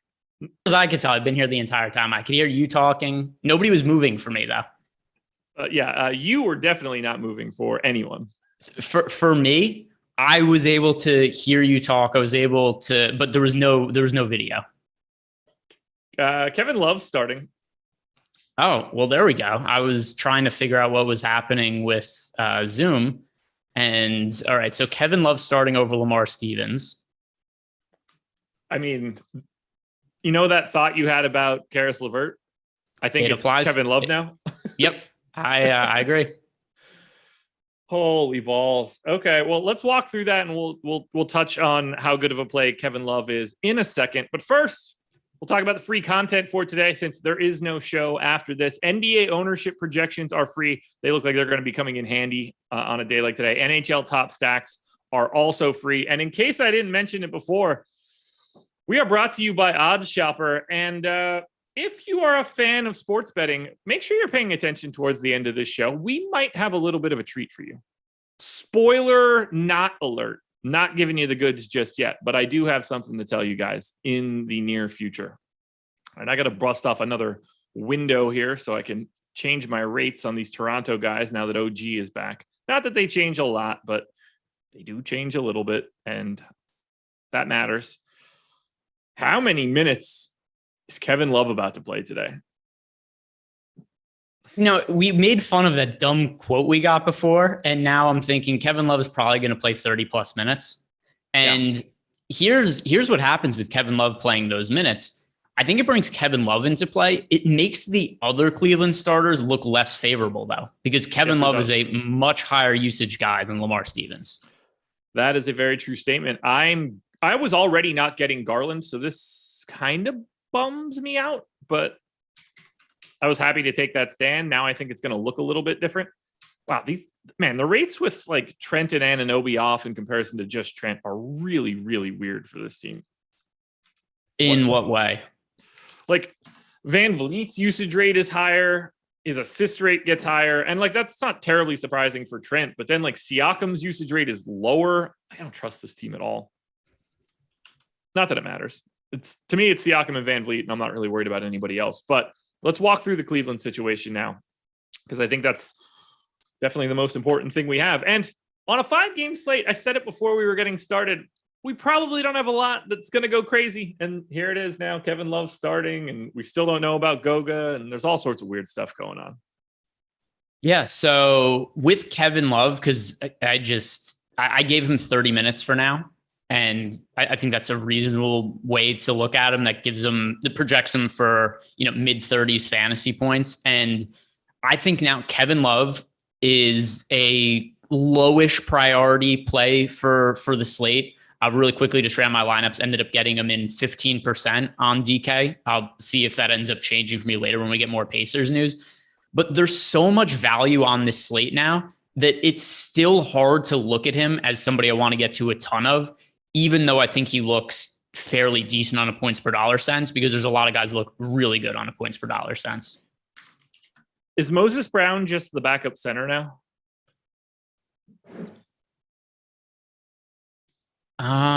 I guess, unless they're going to stagger some of the minutes of Love and Mobley. I mean, like ultimately, I don't think it matters, but I mean, well, where it matters is if we're going to give 8 minutes of Moses Brown and just give it to Love. I'm going to go 30 to Love, 35 to Mobley, 34 to Markkanen. Don't love it. What are you giving to LeVert? I got him in at 26 right now. I have him at 25, but I'm willing to go higher just because I want to make sure I don't like outright not have him in lineups. Would you agree that Kevin Love is the best play on Cleveland? Yes, easily. Okay, I agree. And I agree with the easily response too. 5,200 on FanDuel power forward center, 5,900 on DraftKings power forward center. I guess I have everything locked and loaded now, and I can actually run the crunch. That was what I was trying to do before, but so you are getting to Kevin Love. Who is your most exposed guy? Is it Justin Anderson? Unfortunately, yes. Yeah, I figured as much. I mean, not even unfortunately. He's min price. What is the worst thing that happens? He could totally suck and score 12 fantasy points, and it's not like I'm going to look back at my lives. You're like, oh no, like that. It's not going to ruin my night playing a min price guy who I think is probably going to play mid 30s minutes. All right, I got a couple super chat screenshots here from Jordan that I need to touch on. So my filler arc said a bit early and not Pacers. Joval and Vooch or Jokic and Adams on DK. Jokic an all and center Adams. Team? Yeah, Jokic and Adams, I guess. It is. I mean, it's Jokic and Adams for me, just because I don't really like Valanciunas that much for this slate. I don't love Vooch for this slate. I don't love Adams. I do love Jokic. So there's 3 players I'm not super hot on. One guy I really like. So Jokic combo. Yeah, that seems like the way to do it. And then we've got another one. Call Me Touch CMT said my favorite duo. So that's kind of fun to see. Julio G with a big super chat said, Josh, on your process show, when you change usage rates, your sheet calculates that to points. What's the formula you use to calculate that? That would be helpful when players are ruled out after the show. I wouldn't even know how to like dictate something like that during the show. It's not like usage plus 4 equals something. It's redistributing possessions across an entire team. That would be something that I could maybe dig into on the process show when we have like a light amount of games. There's no way I can dig into that now. Sorry.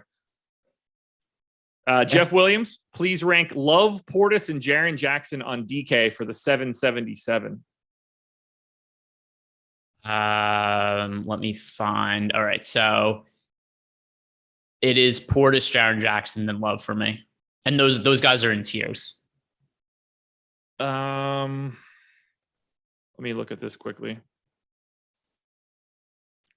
Portis is definitely first for me. Yes. Love would be second.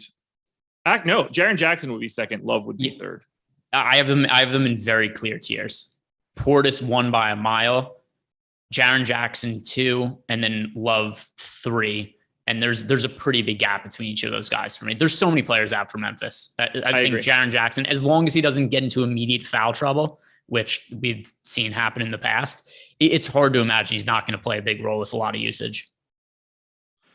And then final question, that was the super chat that we haven't touched on yet. Who backs up Steven Adams? I assume it's Tillman.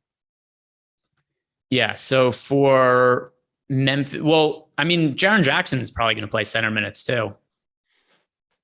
Yeah, but sort of. I mean, they're weird in that like Jaren Jackson's technically the center when Brandon Clark comes in, but you know, Brandon Clark is the direct substitution pattern for Steven Adams. And I think that's sort of like the same situation here. It's either Tillman or Aldama, and neither of them are options.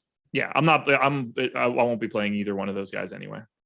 2 more super chats coming in. A right. Hey guys, hope all is well. Who are your top 5 guys, 5,100 and below? Love the show. I'm glad that you love the show. I don't know which site you're playing on, so that is a difficult distinction, and it matters today. Do you want to do FanDuel, and I'll give the answer for DK? No, I'm going to wait until A Right responds in chat with the actual answer, and then I'm going to hit on the next super chat, which is Jokic or Vooch in FanDuel Cash. Jokic. Yeah, it's probably Jokic in this case because I think there's enough to go around. I am playing more Vooch in GPPs, but I think there's enough money to go around for Jokic in a cash game. They have very comparable ownership today, but Vooch, 6,700 on FanDuel is just not a correct price tag. Yeah, I don't know why his salary keeps going down. I don't get it.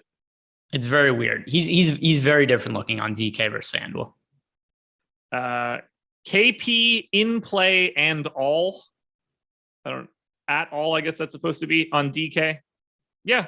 To me, he's like fine. Yeah, I've been playing a lot of Porzingis lately, and the difference for this slate is, number one, he's picking up ownership now, which he didn't for a really long time, and his salary's gone up. So instead of getting Porzingis at 7,200 at 3% ownership, he's 8,400 with, it was 18% ownership last I looked. Let's see what it is now. We just got an ownership update from 47 seconds ago. Perfect. Yeah. So instead of getting him at 7,200 with 3 or 4% ownership, he's 8,400 with 18% ownership now on DK. Do you like Kyle Anderson at all today? He was a guy that was popping a little bit for me. Feels like it's certainly possible he could fall into a couple extra minutes. Let's see. I think I have him like 15% of lineups. Okay. All right. I'm about to run my crunch now. You know what else I like about Kyle Anderson is that I like Jaren Jackson Jr. a decent amount today. And I feel like he's foul trouble insurance. Yeah, I can see that. And he might be good. He might be good even if Jaren Jackson plays well. Still no response from A Right. Jordan Kraft also not wanting to participate with telling us which site they play for. McCollum or Levine? Levine. Yeah, I agree.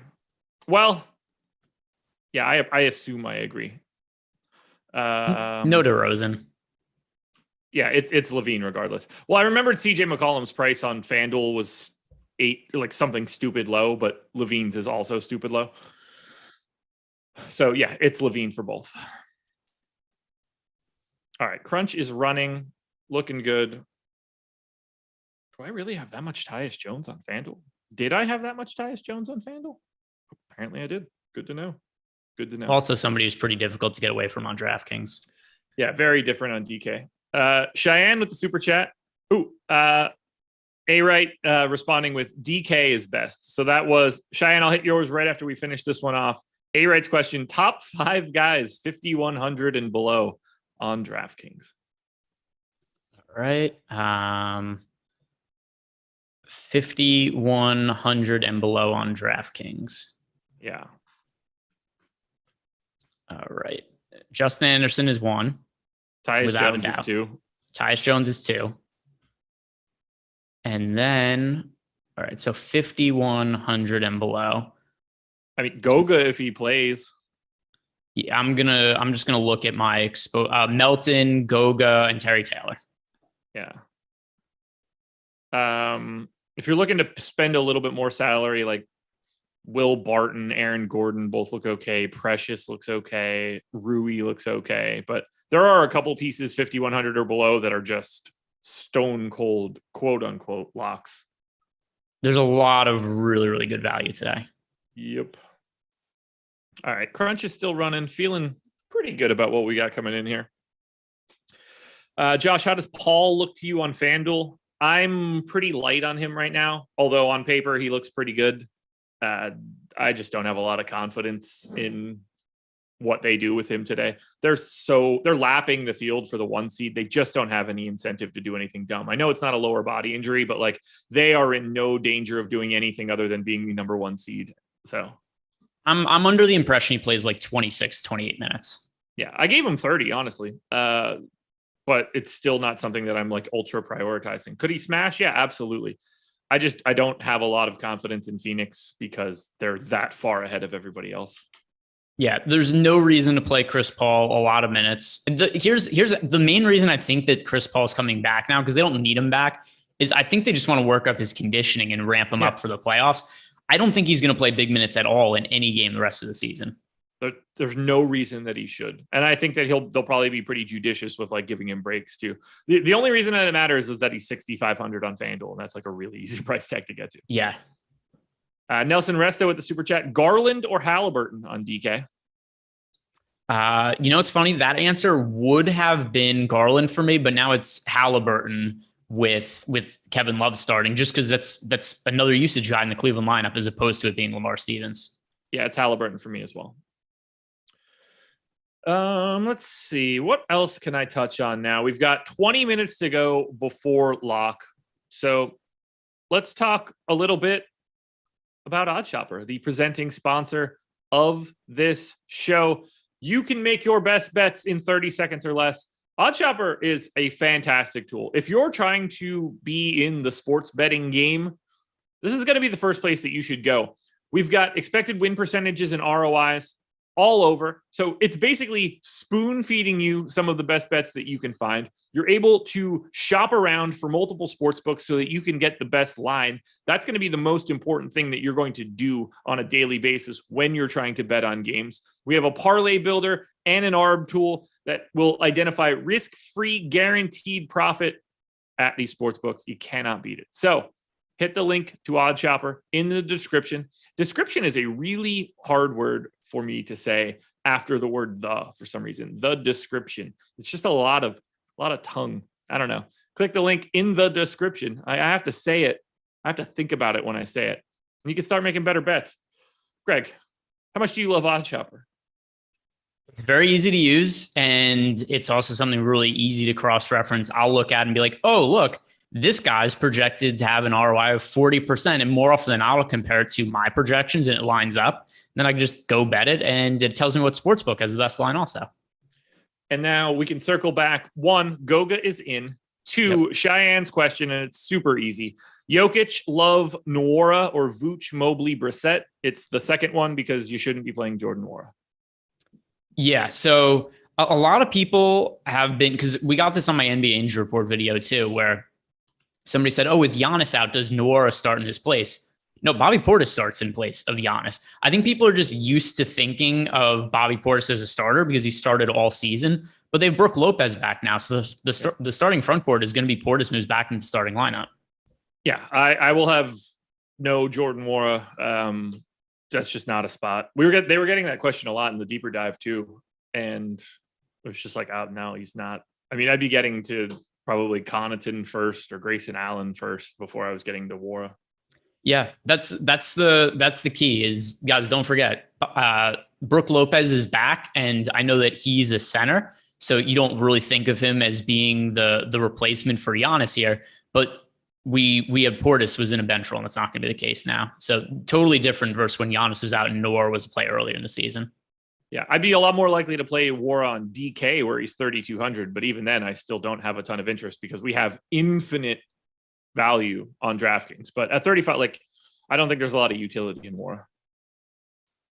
Yeah, no, totally agree. And I don't even project him terribly, but there's just so many guys in that price range that project better.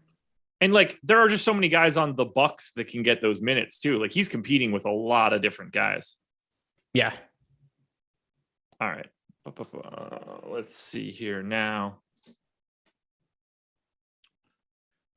So I teased something a little bit earlier. I want you guys to know, I'm not telling you what it is until after luck. So you got to make sure you're sticking around. So understand this. Portis or Love on FanDuel. That's a super chat from I'm Real Forever. Portis. Yeah, I have Portis third overall for me now behind Holiday and Levine. So Love comes in 14th for me on FanDuel. And then Jeff Williams, is there a core play for the first game on the DK 777? So is there a core play from Cleveland, Toronto on DraftKings? No. It's just not one of the value spots. We've got right after that, there's Pacers, Memphis, which has a ton of value. There's Milwaukee, which has a ton of value. Now there's a good amount of value in Chicago with DeMar DeRozan out. Then we've just got Jokic as the only real spend up option on the slate. So we want to go to him. You don't need to play somebody just because it's the first game of the slate. I don't know if that's kind of the lens that he's looking at this through. But you want to focus on the spots that have the most value as being the guys that are like actual core plays. Yeah. Well, I missed Uzi's super chat before as well. Garland or Booker on FanDuel? Well, that's an interesting one. I have them 23rd and 24th. They're not really priorities for me. So I have them separated by 0.3 of a fantasy point. I don't have them. They're the same guy to me. Booker, if I have to choose one, they're very close though. Yeah, I legitimately, I wouldn't choose, can't choose. Ownership will probably make some of those decisions, but they're the same guy to me. I'm really curious to see what my crunch is going to look like. I just finished it up here. I'm going to grab our ownership. I know there's a couple guys that I'm going to be like wildly high on, but who's somebody you think you're going to be wildly high on? Well, it was Boucher before, so now I don't actually know how that's going to change. Kevin Love wouldn't shock me. All right, who am I highest on? Most over the field guy. Okay, I should have known that. It's Vooch for me. I'm really light on Jokic, and it's scaring me quite a bit. Justin Anderson's projected ownership has gone down since we've started. I sort of understand that. Because it all sort of depends on what you think his raw point ceiling is. I just don't know how much he's unlocking on DK given the makeup of the slate. I don't know how much his salary matters, and I start to think that his if you were looking at him from a boom perspective and looking at 5x plus 10, I don't think that we're looking at a formula that is plus 10 any longer. I think that that's like plus 25, and that really negates the bottom 3K guys. So I'll look at it this way too. I have Justin Anderson projected about comparably to Terry Taylor. Justin Anderson is $500 cheaper and has 33% less ownership. Okay, that's insane to me. Let me just type in Indiana just to see where I have those guys lining up. So I have Terry Taylor 3.5 points ahead of Justin Anderson. But I have them very similarly rated, adjusted for salary. It's good to get Terry Taylor in for power forward, but I mean, I don't really see like any disparity in their ownership. I don't think that those guys should be all that different. So that looks really weird to me. And so people are like, oh, Justin Anderson never has 2 games ago, Justin Anderson scored 34.5 fantasy points. Yeah, I just don't care what he's done in the past. No, I don't either.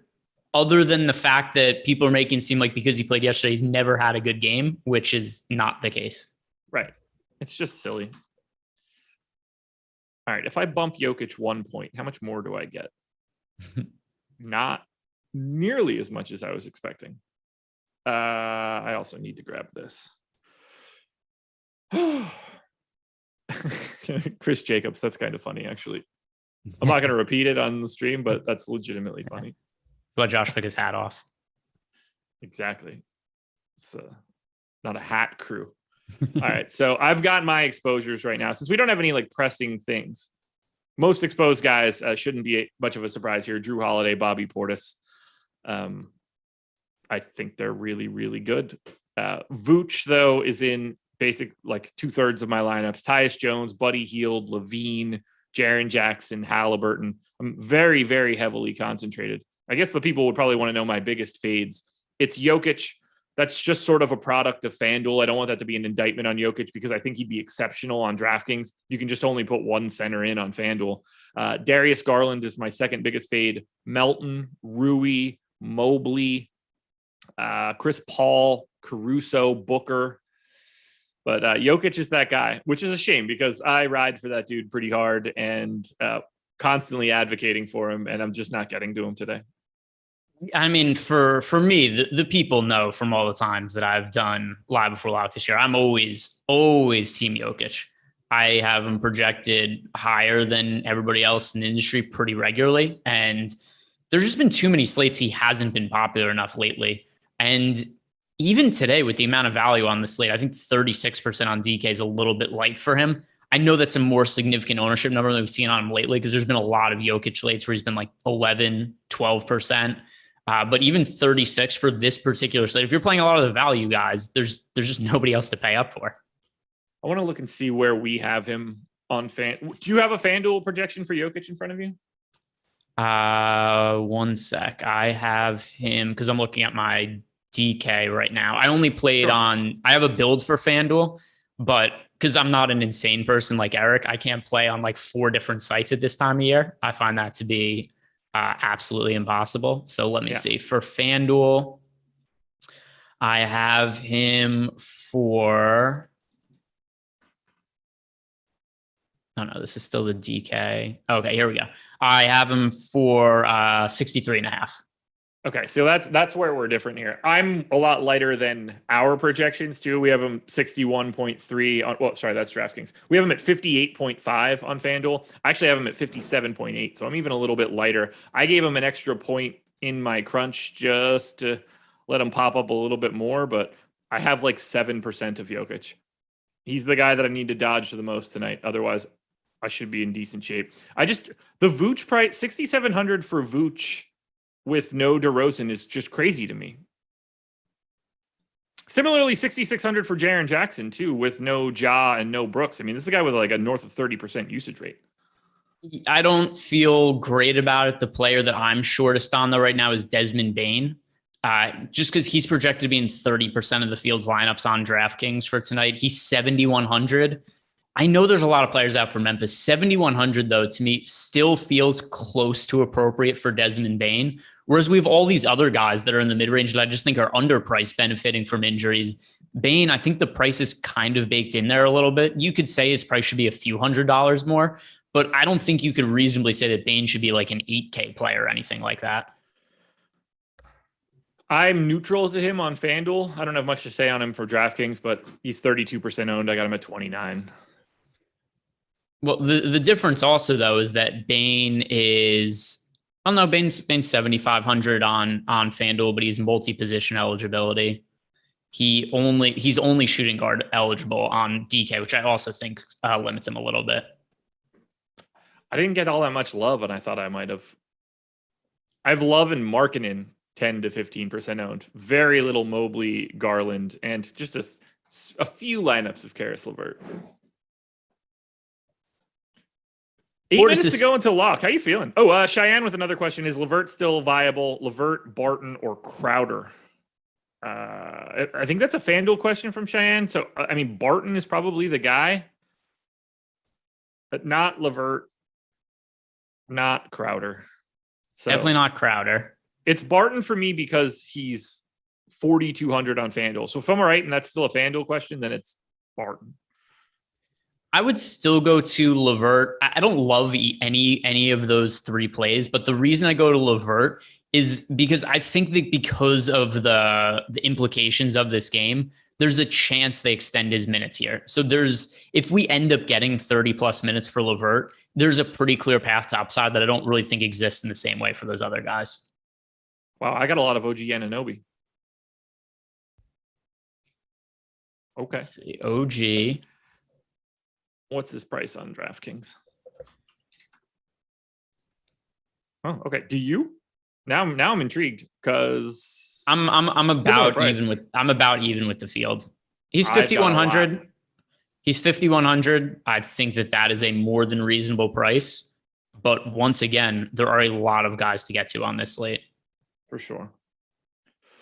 What do you? How are you feeling? Who's your biggest fade? Oh, Bane. Oh yeah. We talked about it. Who's your second biggest fade? All right, let's see. Second biggest. I do like the Anunoby. I might try to bump Anunoby a little bit to get to a little more of him. 5,100 is a very cheap price for him. It really is. Let's see. So Bane is one of them. The other one for me is Rui. There's a lot of good there's a lot of good value plays on DraftKings. 4,500 Rui, not a problematic price point, but he's in 20% of the field's lineups. And I would rather I'd rather go to Justin Anderson than Rui for 1,500 less. Same ownership. 1, 2, 3, 4, 5, 6, 7, 8. Yeah, 9 guys available for the Pacers. Goga, all good. Brian Brooks. Priorities on DraftKings if you had to build one lineup for your life. The best one lineup for my life. But what a situation that's in. Yeah.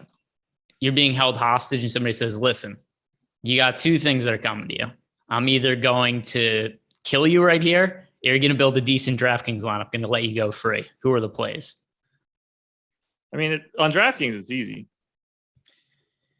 Jokic, Tyus Jones, Drew Holiday, Bobby Portis.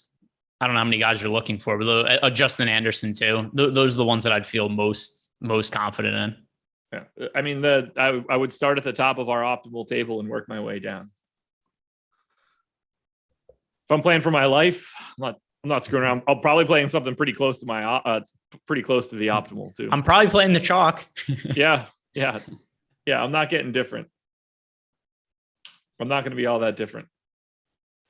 I don't know. Do I need to win do I need to cash a 50-50 or win the 30,000 person GPP? And also, what have you done to yourself that you're putting yourself in this situation? That's scary, man. Yeah, it did something with somebody's mom. Yeah. It's funny. Rui or OG on FanDuel, last person in. That just popped up on my screen. Normally I don't read it. Anunoby. It pops up like that. Yeah. It was Rui or Anunoby, right? Yep. Yeah. All right. My 5 most over the field guys are Vooch, Drew, Portis, Tyus Jones, and Jaren Jackson. I'll take that. And mine is Justin Anderson for me. I'm feeling good about tonight.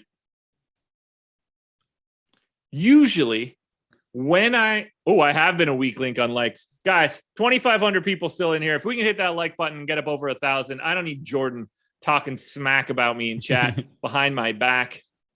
The nerve to be dressed like Tua today. It's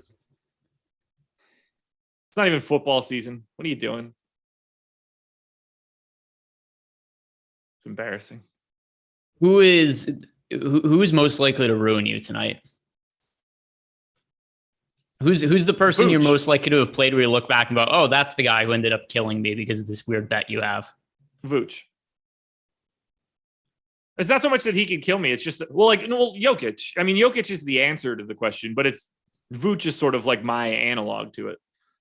Yeah. Well, I mean, for you too, like Jokic could have a big game, but if Vooch has a good game on FanDuel, then it probably doesn't matter because they're in such different price ranges. Well, I mean, the real problem is that the next closest guy to Jokic at 11.8 is Garland at 9,500. I basically don't have anybody.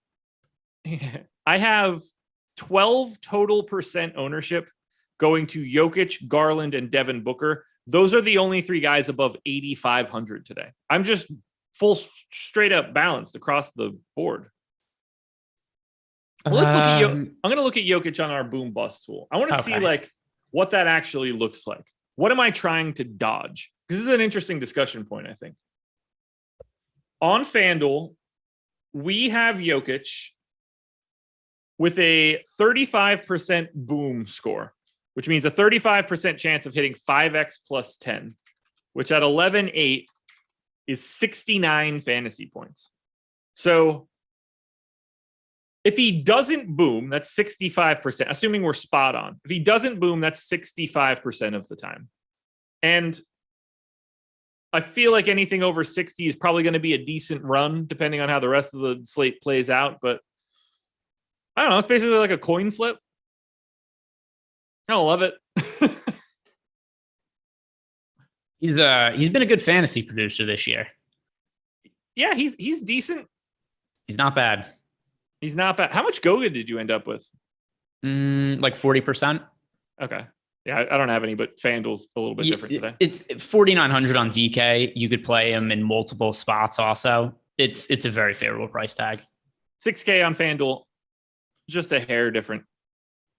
And keep in mind, that's also, like we talked about before, that's with me giving him 28 minutes, and I think there's upside for him to play a lot more than that. I just didn't want to, because if I gave him the minutes that I think he could play, then he ends up in everything. Well, we're about to be locked, man. 7:29 and 25 seconds. Are you feeling confident today? I'm feeling excited because of the giveaway you teased. I want to know what information you're giving out. Well, I am going to tell you. I won't tell anybody until we get to 1,000 likes. So hit the button, but I think you guys like free stuff and you might get some free stuff. So maybe hit the like button and try to get us up over into that 4-digit mark, because there's still 2,300 of you. Donnie Boone's ready. Now, we'll probably, let's see. When are we going to talk about this? I forget what the actual time was. It was supposed to be 10 minutes in.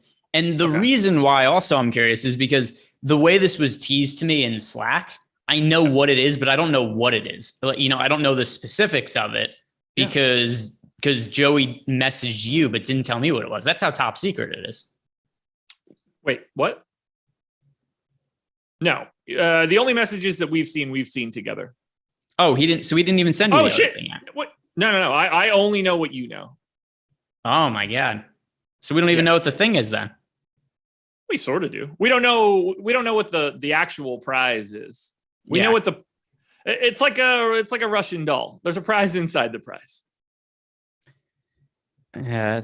Are you allowed to say Russian doll still? Who knows? Probably not. Probably not. We shouldn't even be saying anything though. If we want to be safe, we should just sit here quietly for an hour and a half. I mean, as someone who has recently found out that they have a lot of Ukrainian blood in them, you know, I feel like I'm allowed to talk on the subject. What is your background? Where your like great grandparents from? Well, I'm going to pull up my 23andMe so that I can just tell you, because I don't. Okay. When I was growing up, I didn't really know much about my dad's side of the family. His parents both died when he was like, 10 to 12 years old. So like, I just never knew much about that sort of heritage. My mom's was always like Slovakia and that sort of area of Europe. And that has turned out to be absolutely true based on everything that came out of my 23andMe. But I guess I've basically figured out the stuff on my dad's side thanks to this. So I'm pulling it up now. We just pulled this up on, I don't know, one of the strategy shows with Laffy relatively recently. And I was like pretty surprised because I didn't remember seeing it. And maybe I did see it then and I didn't notice because there wasn't as much international turmoil. So Eastern European makes up 50.1% of my ancestry. Northwestern European makes up the other 49.7, which just screams your dad's family is from one side of Europe and then your mom's family is from an opposite side of Europe. The dad's side is Poland and the Ukraine. And I did not know those things prior to looking at my 23andMe. So I haven't done a 23. By the way, where the hell is X Woody from? That these are the super chats he's leaving. Super chat says knuckle my balls. That was what Laffy tried to tell me the new baseball promo code was. Oh. That's really funny. I just didn't get the reference. I'm like, what is he? I was like, what is he asking us to do here on the screen? I know we've got 27 minutes left here. Maybe that's what he was guessing the secret giveaway was going to be, but no, that is really funny. Yeah, I'm also very, very Polish. Yeah. I think I'm like 99% gas also. I think that's probably part of me with my stomach disorders. Sure. But yeah, a lot of my great grandparents come from Poland. Yeah. Germany, Poland, Ukraine. Those are my three biggies. And then I don't have any of like the extra stuff. So no, like I don't have anything anywhere other than Europe. It's very firm. So yeah, my great grandparents all came here during the Holocaust. So that's where they were from. Also, it was just Eastern Europe. Yeah, I have legitimately no idea where anybody or how anybody got here. But it's just aggressive Europe.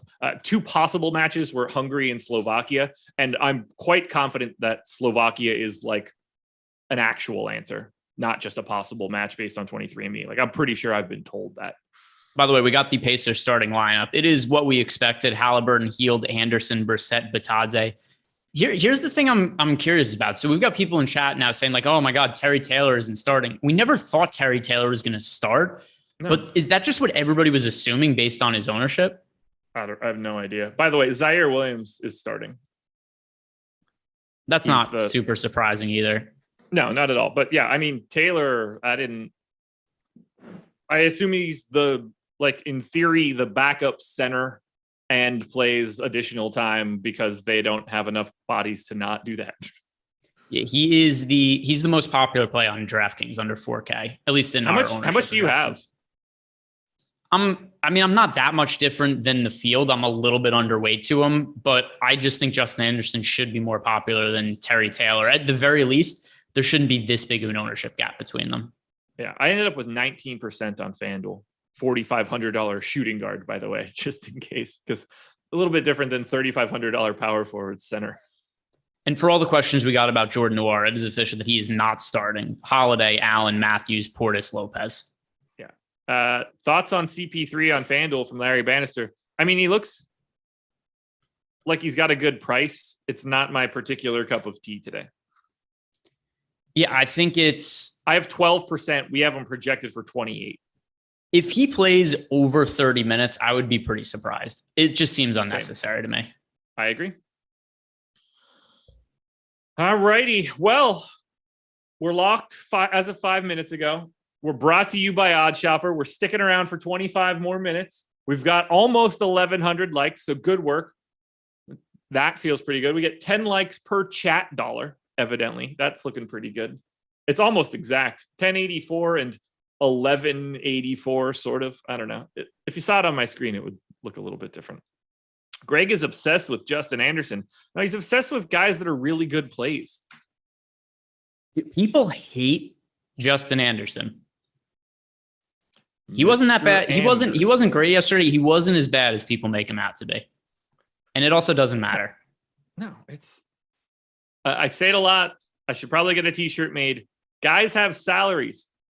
He's the flat minimum, and the Pacers have basically 8 guys. Oh, Red Skittles says, show us the lip tat. Laffy and Jordan and I talked a little bit post strategy show today. We're going to hash this out on one of the upcoming strategy shows. We'll probably save the tattoo for sometime during the playoffs when, there's a little bit less going on and we're more interested. There we go. It's coming. I promise. I told Laffy, I'll go get it today with whatever he says. He just hasn't told me what it needs to be. I can't just go get something when I don't know what it's supposed to be. One final thing for those interested. Justin Anderson averages 27 fantasy points at the start of this year. I got him as a 0.8 fantasy point per minute guy set to play 32 minutes today. Yeah, I want a lot of that at 3K. Especially when people apparently don't want to roster him. Yeah, good. But I was about to say, what's his ownership? But we'll find that out in a half hour. 3 minutes to go before I can move forward with what I'm supposed to do, I guess. Have you gotten any more information yet? Oh, by the way, we just got Chris Paul news. He will not play his usual minutes. Okay, good. Now, what does that exactly mean? I don't know. I assume high 20s though. Yeah, something like that. I think we can say the first part of this right now. Would you agree, Jordan? We can say the first part. Obviously, the second part just isn't out yet. Okay. I'm understanding that correctly, right? Like we can talk about what one thing is, and then we're going to talk about something else once it's like public. All right. Should we ask Joey for more information also? I think he might have forgotten about us. Nah. I'm just going to go ahead and move forward. Okay. I think we got this.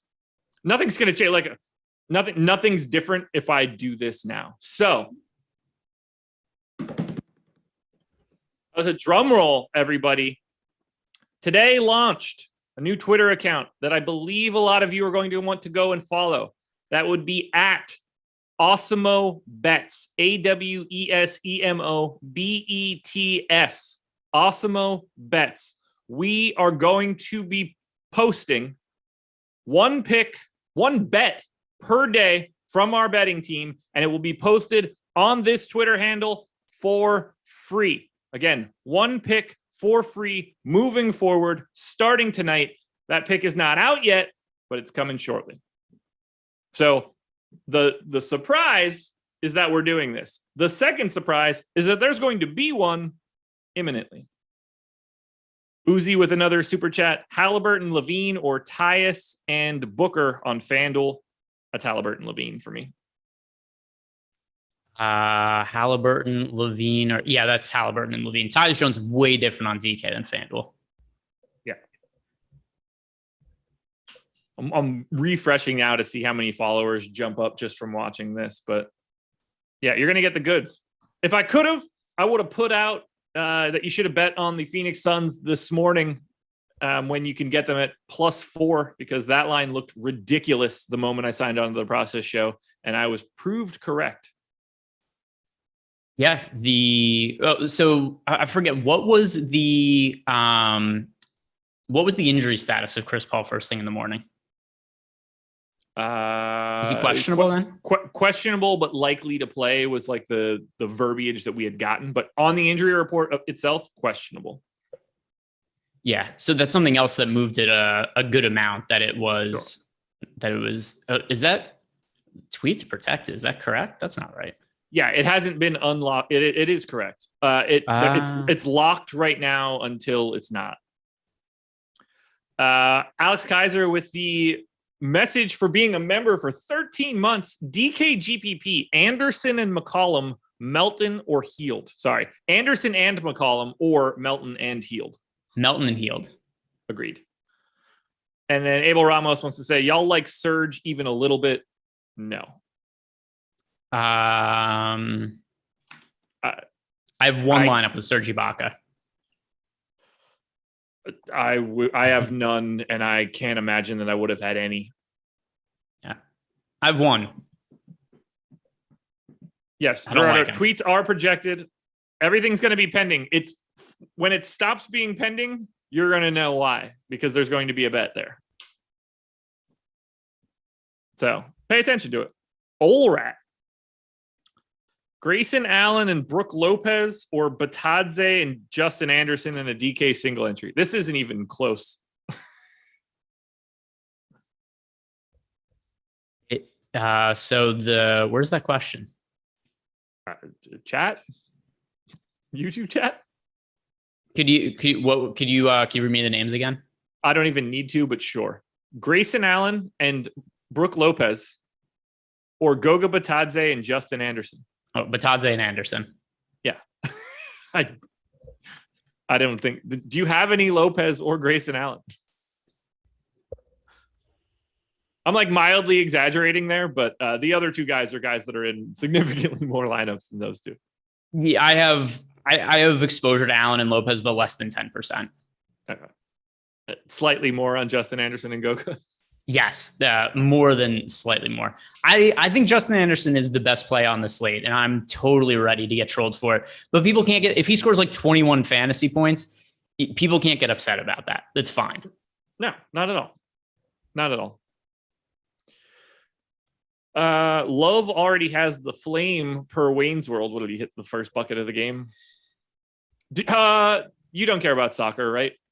No, not at all. Not only do I not care, like I'm totally, I don't even know when there's games happening. Like, I don't even know it exists.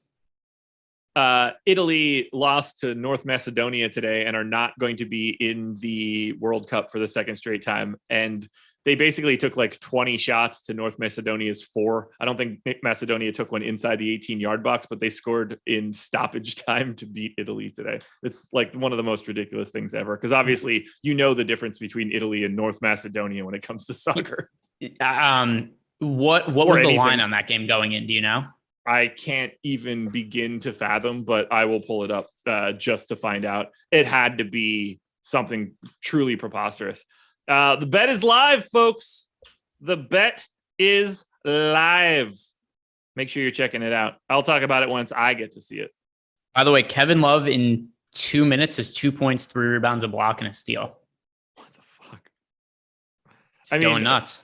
Keep it away from Mobley and Garland, and I won't be too mad. Actually, how much did I end up with? All right, Jordan, what are you giving me here?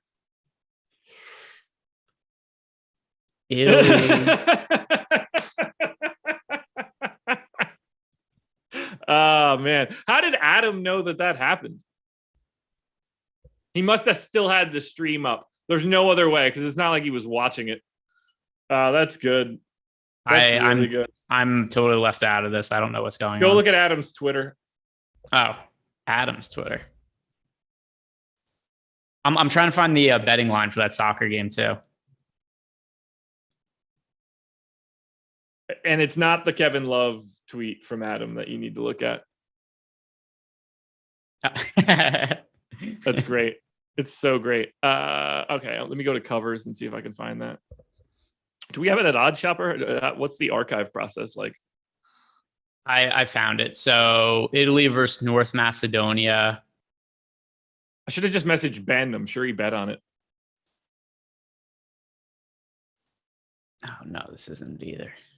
How much Kevin Love do I have? Because I don't think it's enough. Nope, that's not the way to type that in. Cleveland, Love. I have 20%. The line was plus 1,400 for North Macedonia. Evidently. How owned is Kevin Love? Now I just wish that I got more Kevin Love. That's going to piss me off. I mean, we're 4 minutes and 3.5 minutes into the game now. Yeah, but you know how this works. Kevin Love is... I've told people too that the reason the first 5 minutes of the game are so significant is because if we're not going to tilt our faces off for the first 30 minutes of the show, what are we here for? Exactly. Love's got 11 fantasy points already. He is 15% owned on FanDuel. I have 20, so I'll take it. That'll work. That'll work. OG's off to a decent start as well. He is. I saw it. Okay, so yeah, what is this new FanDuel thing too? I got like an ad for a game of some sort. FanDuel Face-Off. Real competition. So there's like the Grand Slam, some shit, and Tetris, and not like the Nick Cage movie. No, not like the Nick Cage movie. It should be like the Nick Cage movie. Has there ever been a dumber concept for a movie than Face Off? I like it, man. Nobody notices. If you and I switched faces and I came home to your wife and it was just I just have your face, but it's me, she would never notice there's anything different. Probably not. Not the brightest bulb. I say that because I know she's not in this house and she's definitely not listening. By the way, since we can talk about it now, the bet is live. You guys should go follow this account at Awesemo Bets. These are going to be coming out once a day, every single day. But the bet we have for today, I'll get your thoughts because you actually probably care about this. Thoughts on Arizona -1.5. That would be a college basketball team, by the way. My thoughts are I hope that does not happen because I've been betting on Houston since before the season started, not for this individual game, but I bet Houston to win the NCAA tournament before the college season even started at all. I didn't even realize there was college basketball tonight. So you weren't aware that March Madness is happening? I forgot that today was Thursday and it's the second week. Zags up one against Arkansas right now. Nova up 7 on Michigan. Go Nova. Go Nova. Why go Nova? Well, I spent a lot of time going to Villanova. One of my actual best man in my wedding, was the rugby captain at Villanova while we were in college. So I had a few cocktails in and around the area over a couple year stretch. Do you remember Curtis Sumter? He was a big man at Villanova. Either late 90s or early 2000s. I guess it had to be early 2000s, like 2003 or 4. Villanova would host the rugby team would host a gigantic party for the Villanova LaSalle rugby game. They would get like a U-Haul filled with like 30 kegs. They'd be chained up all over this field. It's a great time. One year it started to drizzle a little bit and there was a hill on the side. So they started a gigantic slip and slide. And I look to my right during this, and I'm not going to be able to say some of the words that ended up getting said, but I look to my right, and Curtis Sumter is standing next to me. Now, Villanova is good at that time. He was like a starter for the team. And there's a girl at the top of the slip and slide getting ready to go down. And he and I and a couple others started a very nice chant for this young lady to, go down with less restrictive fabric on. And boy, did she. That girl was a hero that day. And then I just cheersed Curtis Sumter and walked away. I am looking up Curtis Sumter right now. Did he play? He played in the NBA too, it looks like. Maybe. Oh, no, he ended up. That is not correct. He played overseas professionally. This would be a good one for Joey Corman to pretend he knows the answer to. Yeah, he played for the Cologne 99ers. The what? I said, of course. Oh yeah, he played for the Cologne 99ers, the J.A. Vici, the Rowan Basket. What a terrible name for a basketball team. The Basket. The BCM Gravelines, the Dexia Mons Hainu, J.A. Vici again. Marusi and the Tulsa 66ers. I love a Marusi. He was also an assistant coach for the 76ers from 2013 to 2016. Okay. It's a good time. So shouts to Curtis Sumter. I hope you're watching. Listed 6'7", 225. Yes, it was a gigantic human being standing alongside of me when I did that too. So much fun. So much fun. 751, man. Is Kevin Love still going crazy?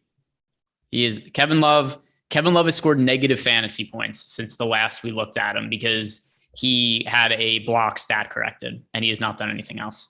So now he's not having a good game anymore. Okay.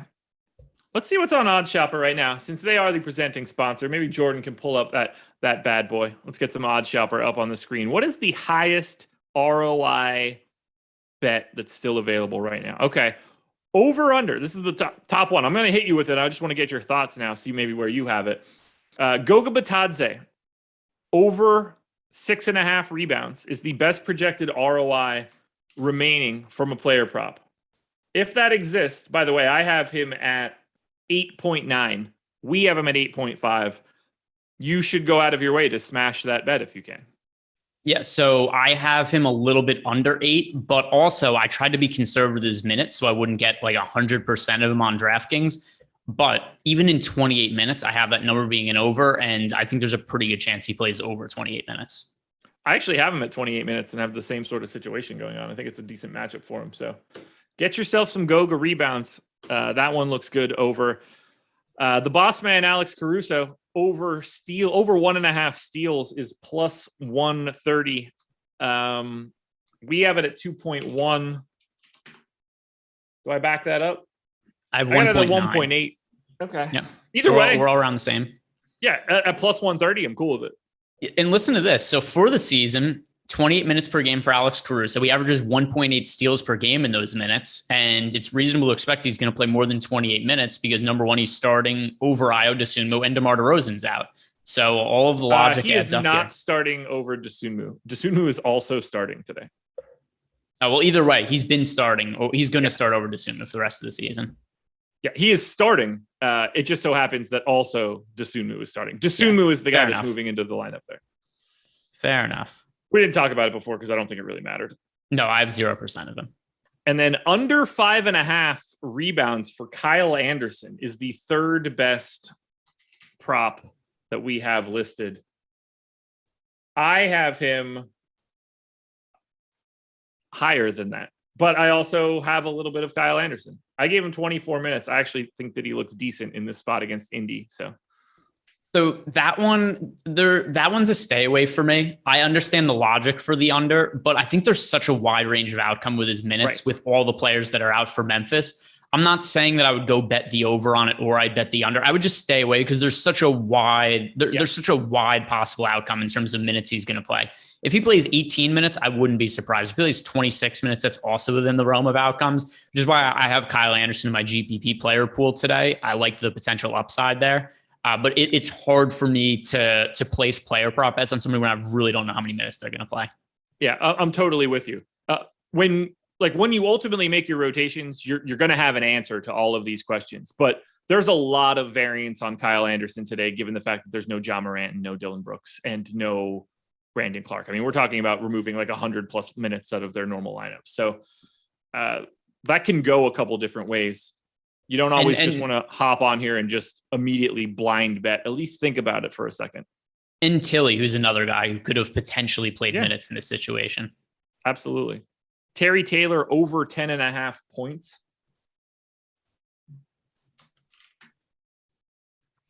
Yeah, I mean, I got him at 13.7. We have him at 13.5. So I would happily grab that one in place of that Kyle Anderson. Yep. I think that makes sense too, because where else are they going to allocate the minutes to on the Pacers? I don't know exactly what Terry Taylor is going to play, but there's definitely playing time upside there because everybody's out. Terry Taylor or Kyle Anderson on DK?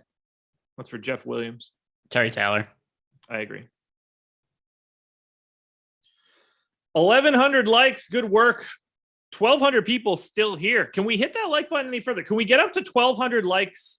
1,200 viewers. Can that happen right now? If you haven't hit it yet, hit it. We're out of here in 5 minutes. I'm going to go watch some basketballs. Check out the Twitter handle too. Yeah, at Awesemo Bets. Make sure you are following it. Again, at Awesemo Bets. One big word. We're going to be giving out one free bet every single day. I mean, every single day that there are like sports to give out, I'm sure. Although, I mean, with Ben being a part of this, buckle up for some truly ridiculous nonsense. Yeah. If you want to bet overnight ping pong, Ben Rossa has you handled. If you want to bet curling, not during the Olympics, Ben Rossa has you handled. He does a little bit of everything. I want to see if I still have images from Ben for some of his like ridiculous bets from years ago. That's a golf lineup. Yeah. Ben retired to become a professional bettor when he was 7 years old. People don't know that about Ben Rossa. It's very true.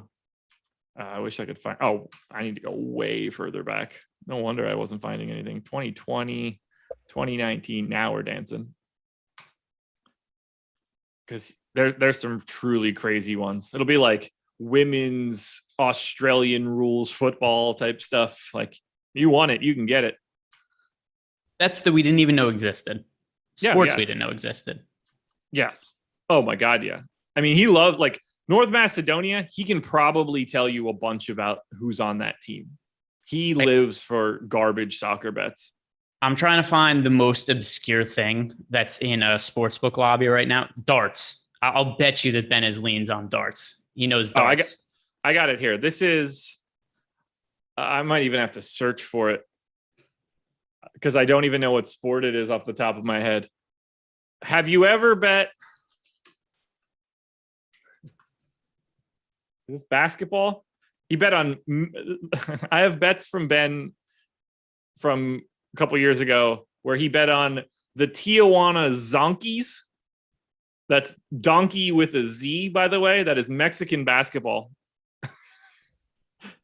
And then a women's basketball game with Gladiadoras women against the Mustangs. What is any of this? But this is why Ben is so great and leads our sports betting product, because he knows everything. He knows all the sports from the different corners of the world. Yeah, but if you ever want to bet on the Zonkies, make sure you're tailing at Awesemo Bets. Yeah, the Zonkies. And he hit that line 3 separate times. By the way, people are pointing this out in the chat. I thought you were going to bring up something really obscure. And then you're like, yeah, basketball? Like, I thought it was going to be some really crazy This is just sport. the first screenshot I found from 2 years ago. The fact that the team's name is the Zonkies is ridiculous.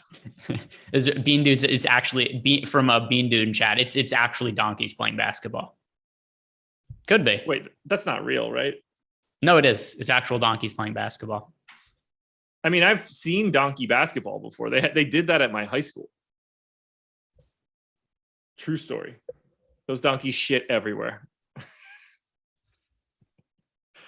Yeah, they played donkey. They had a donkey basketball game at our house, at our high school. We had. Did you do senior pranks at your high school? No. It was a tradition in my high school. Every year, your class has to play a big prank. And if we did, I didn't. I made sure that no one asked me to participate. So we had when I was a freshman, the senior class stole a cow from a local farm and got it upstairs at the high school. And it was a big to do to get it off of the top floor. I don't know how they got it up there. Very carefully. Yeah, apparently they're not good at going down steps, cows. Oh, yeah. I mean, they probably don't have a ton of experience either direction. What with steps not being anything they've created. Well, that'll do it, everybody. We are done. Welcome to 8 o'clock. Follow at Awesemo Bets on Twitter so you can get one of our best bets every single day for no cost whatsoever. Thank you to Odd Shopper for being the sponsor. Thank you to Jordan for bringing me live too quickly so that I can give you guys the double bird for us to start this show. Good luck. Greg, good luck to you as well. You win on DraftKings. I'll win on FanDuel. Let's print the money. We're out of here. Deal.